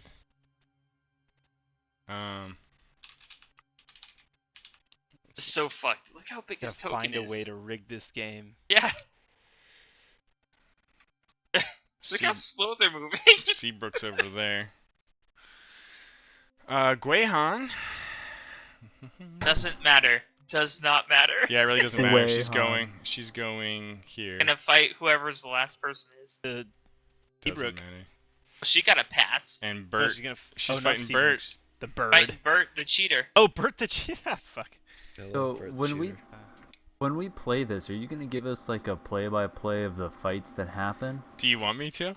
What Yeah. what could be Yeah, fun? yeah. What I'd be excited. open to do, which could be kind of fun, is anyone who's not in the tournament, like just you get to play that NPC and Oh, do the fuck rolls. yeah. Yeah, we into Well, that idea? Yeah. no, Oh, yeah. because I wanna influence. I wanna know what happens the day before. We gotta play the day before. Yeah, Well, no, no, we no, will. no, No, we we play the will. day before, Like we're but- gonna play the night and everything. Yeah. Okay. Yeah. Do we want to just leave it there for now, and then we'll Ugh. we'll pick up right here next time, like the end of Yeah, the yeah, night yeah. into the Sure, tournament? I'm really Okay. scared. Yeah, because Ace is gonna interrupt. Like, there's no way. This is fucked. This is totally fucked. I like this We're battle. very I like this brawl board. It came to me last second. I was like, we need a visual tournament bracket. Yeah. So I'm this gonna is suck cool. myself off for that. I wonder if can anyone here's the question, can anyone that's in the tournament like substitute out for someone else? Like if I wanted to substitute out for Ace, could I do that? Like to take my spot? There's no Um, no magic involved. No, I no, no, can't no do magic, no magic. you I'm just could- wondering you about could- substitutions. Yeah. You haven't been given the impression that that's allowed. It doesn't mean the conversation couldn't happen. I mean, this is What if like Stoltigar had an accident and then he chooses someone else to this take is his place? this is a very real world with lots of people who have gray personalities. Like here's and the yeah, reality. if someone was unable to fight, you could imagine that they would have a substitute. Here's the reality. Mhm. Rugark and Peck need to win, or they're gonna die, and that's it. like the people that they're fighting under their bracket are You guys worthless. did not get a good draw.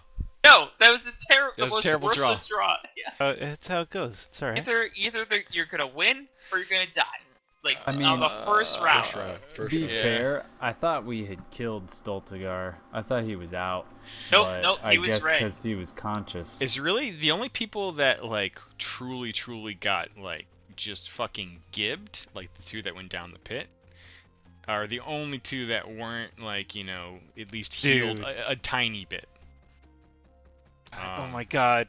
Look at But all right. Feign death. Oh, let me here. I have a spell that can feign death. Let me fix it for you. I just gotta fix it. Oh, there you go. Dude, so yeah, it's- but you won't touch no, like, I Peck can until the last So, round. so you all are. It's very clear to you all. And like Peck, you've kind of taken notice now. Like they, you know that some of the Bookkeeper's people, like clearly have something going on down here. Like there's been interesting characters coming and going from some of these doors that are closed off. You know after like they've sort of drawn the board here, and they kind of talk about everything that's going on, that people are just like full on carousing mode tonight, like just full on party mode. They survived like a giant attack. Sure, there was losses and damage to the walls. They all just got like the fucking show of their lives with this Royal Rumble, and they've seen this tournament bracket draw. Like everyone is just fucking over the moon right now. So people are partying. Aside from that, it's only about like 10:30 at night right now. Maybe not even that late. Like we kind of started like maybe like let's say it took about like hour or so. Let's say it's closer to 9. After all the ceremonies are said and done and all the bullshit's over, it's probably about 9 o'clock at night. People are partying. You have until pretty much early evening tomorrow before this starts up to do whatever you want. So bear all of that in mind as we pick up next week on, I think next week we'll see what everyone's up to. But we'll pick back up here. Cool. Yeah. I'm scared and excited. I definitely prefer Saturdays if people can try to do it again. We'll see what's going Saturday on. works. Cool. I think next Saturday is good for me, but the Okay. next Saturday I can't do. It's fine. Like, I mean, to be honest, like, with how crazy things are at work right now, I'm almost of the mindset that we'll try to do, like, 4 weeks out of the month, but it might be, like, more like 2 to 3. Yeah. Which is fine, because it gives me a little time to prep stuff, too. But I'll put something up for next Saturday, and then just let me know, schedule-wise what happens. Guys, what have we Awesome. done? Cool. What have we done?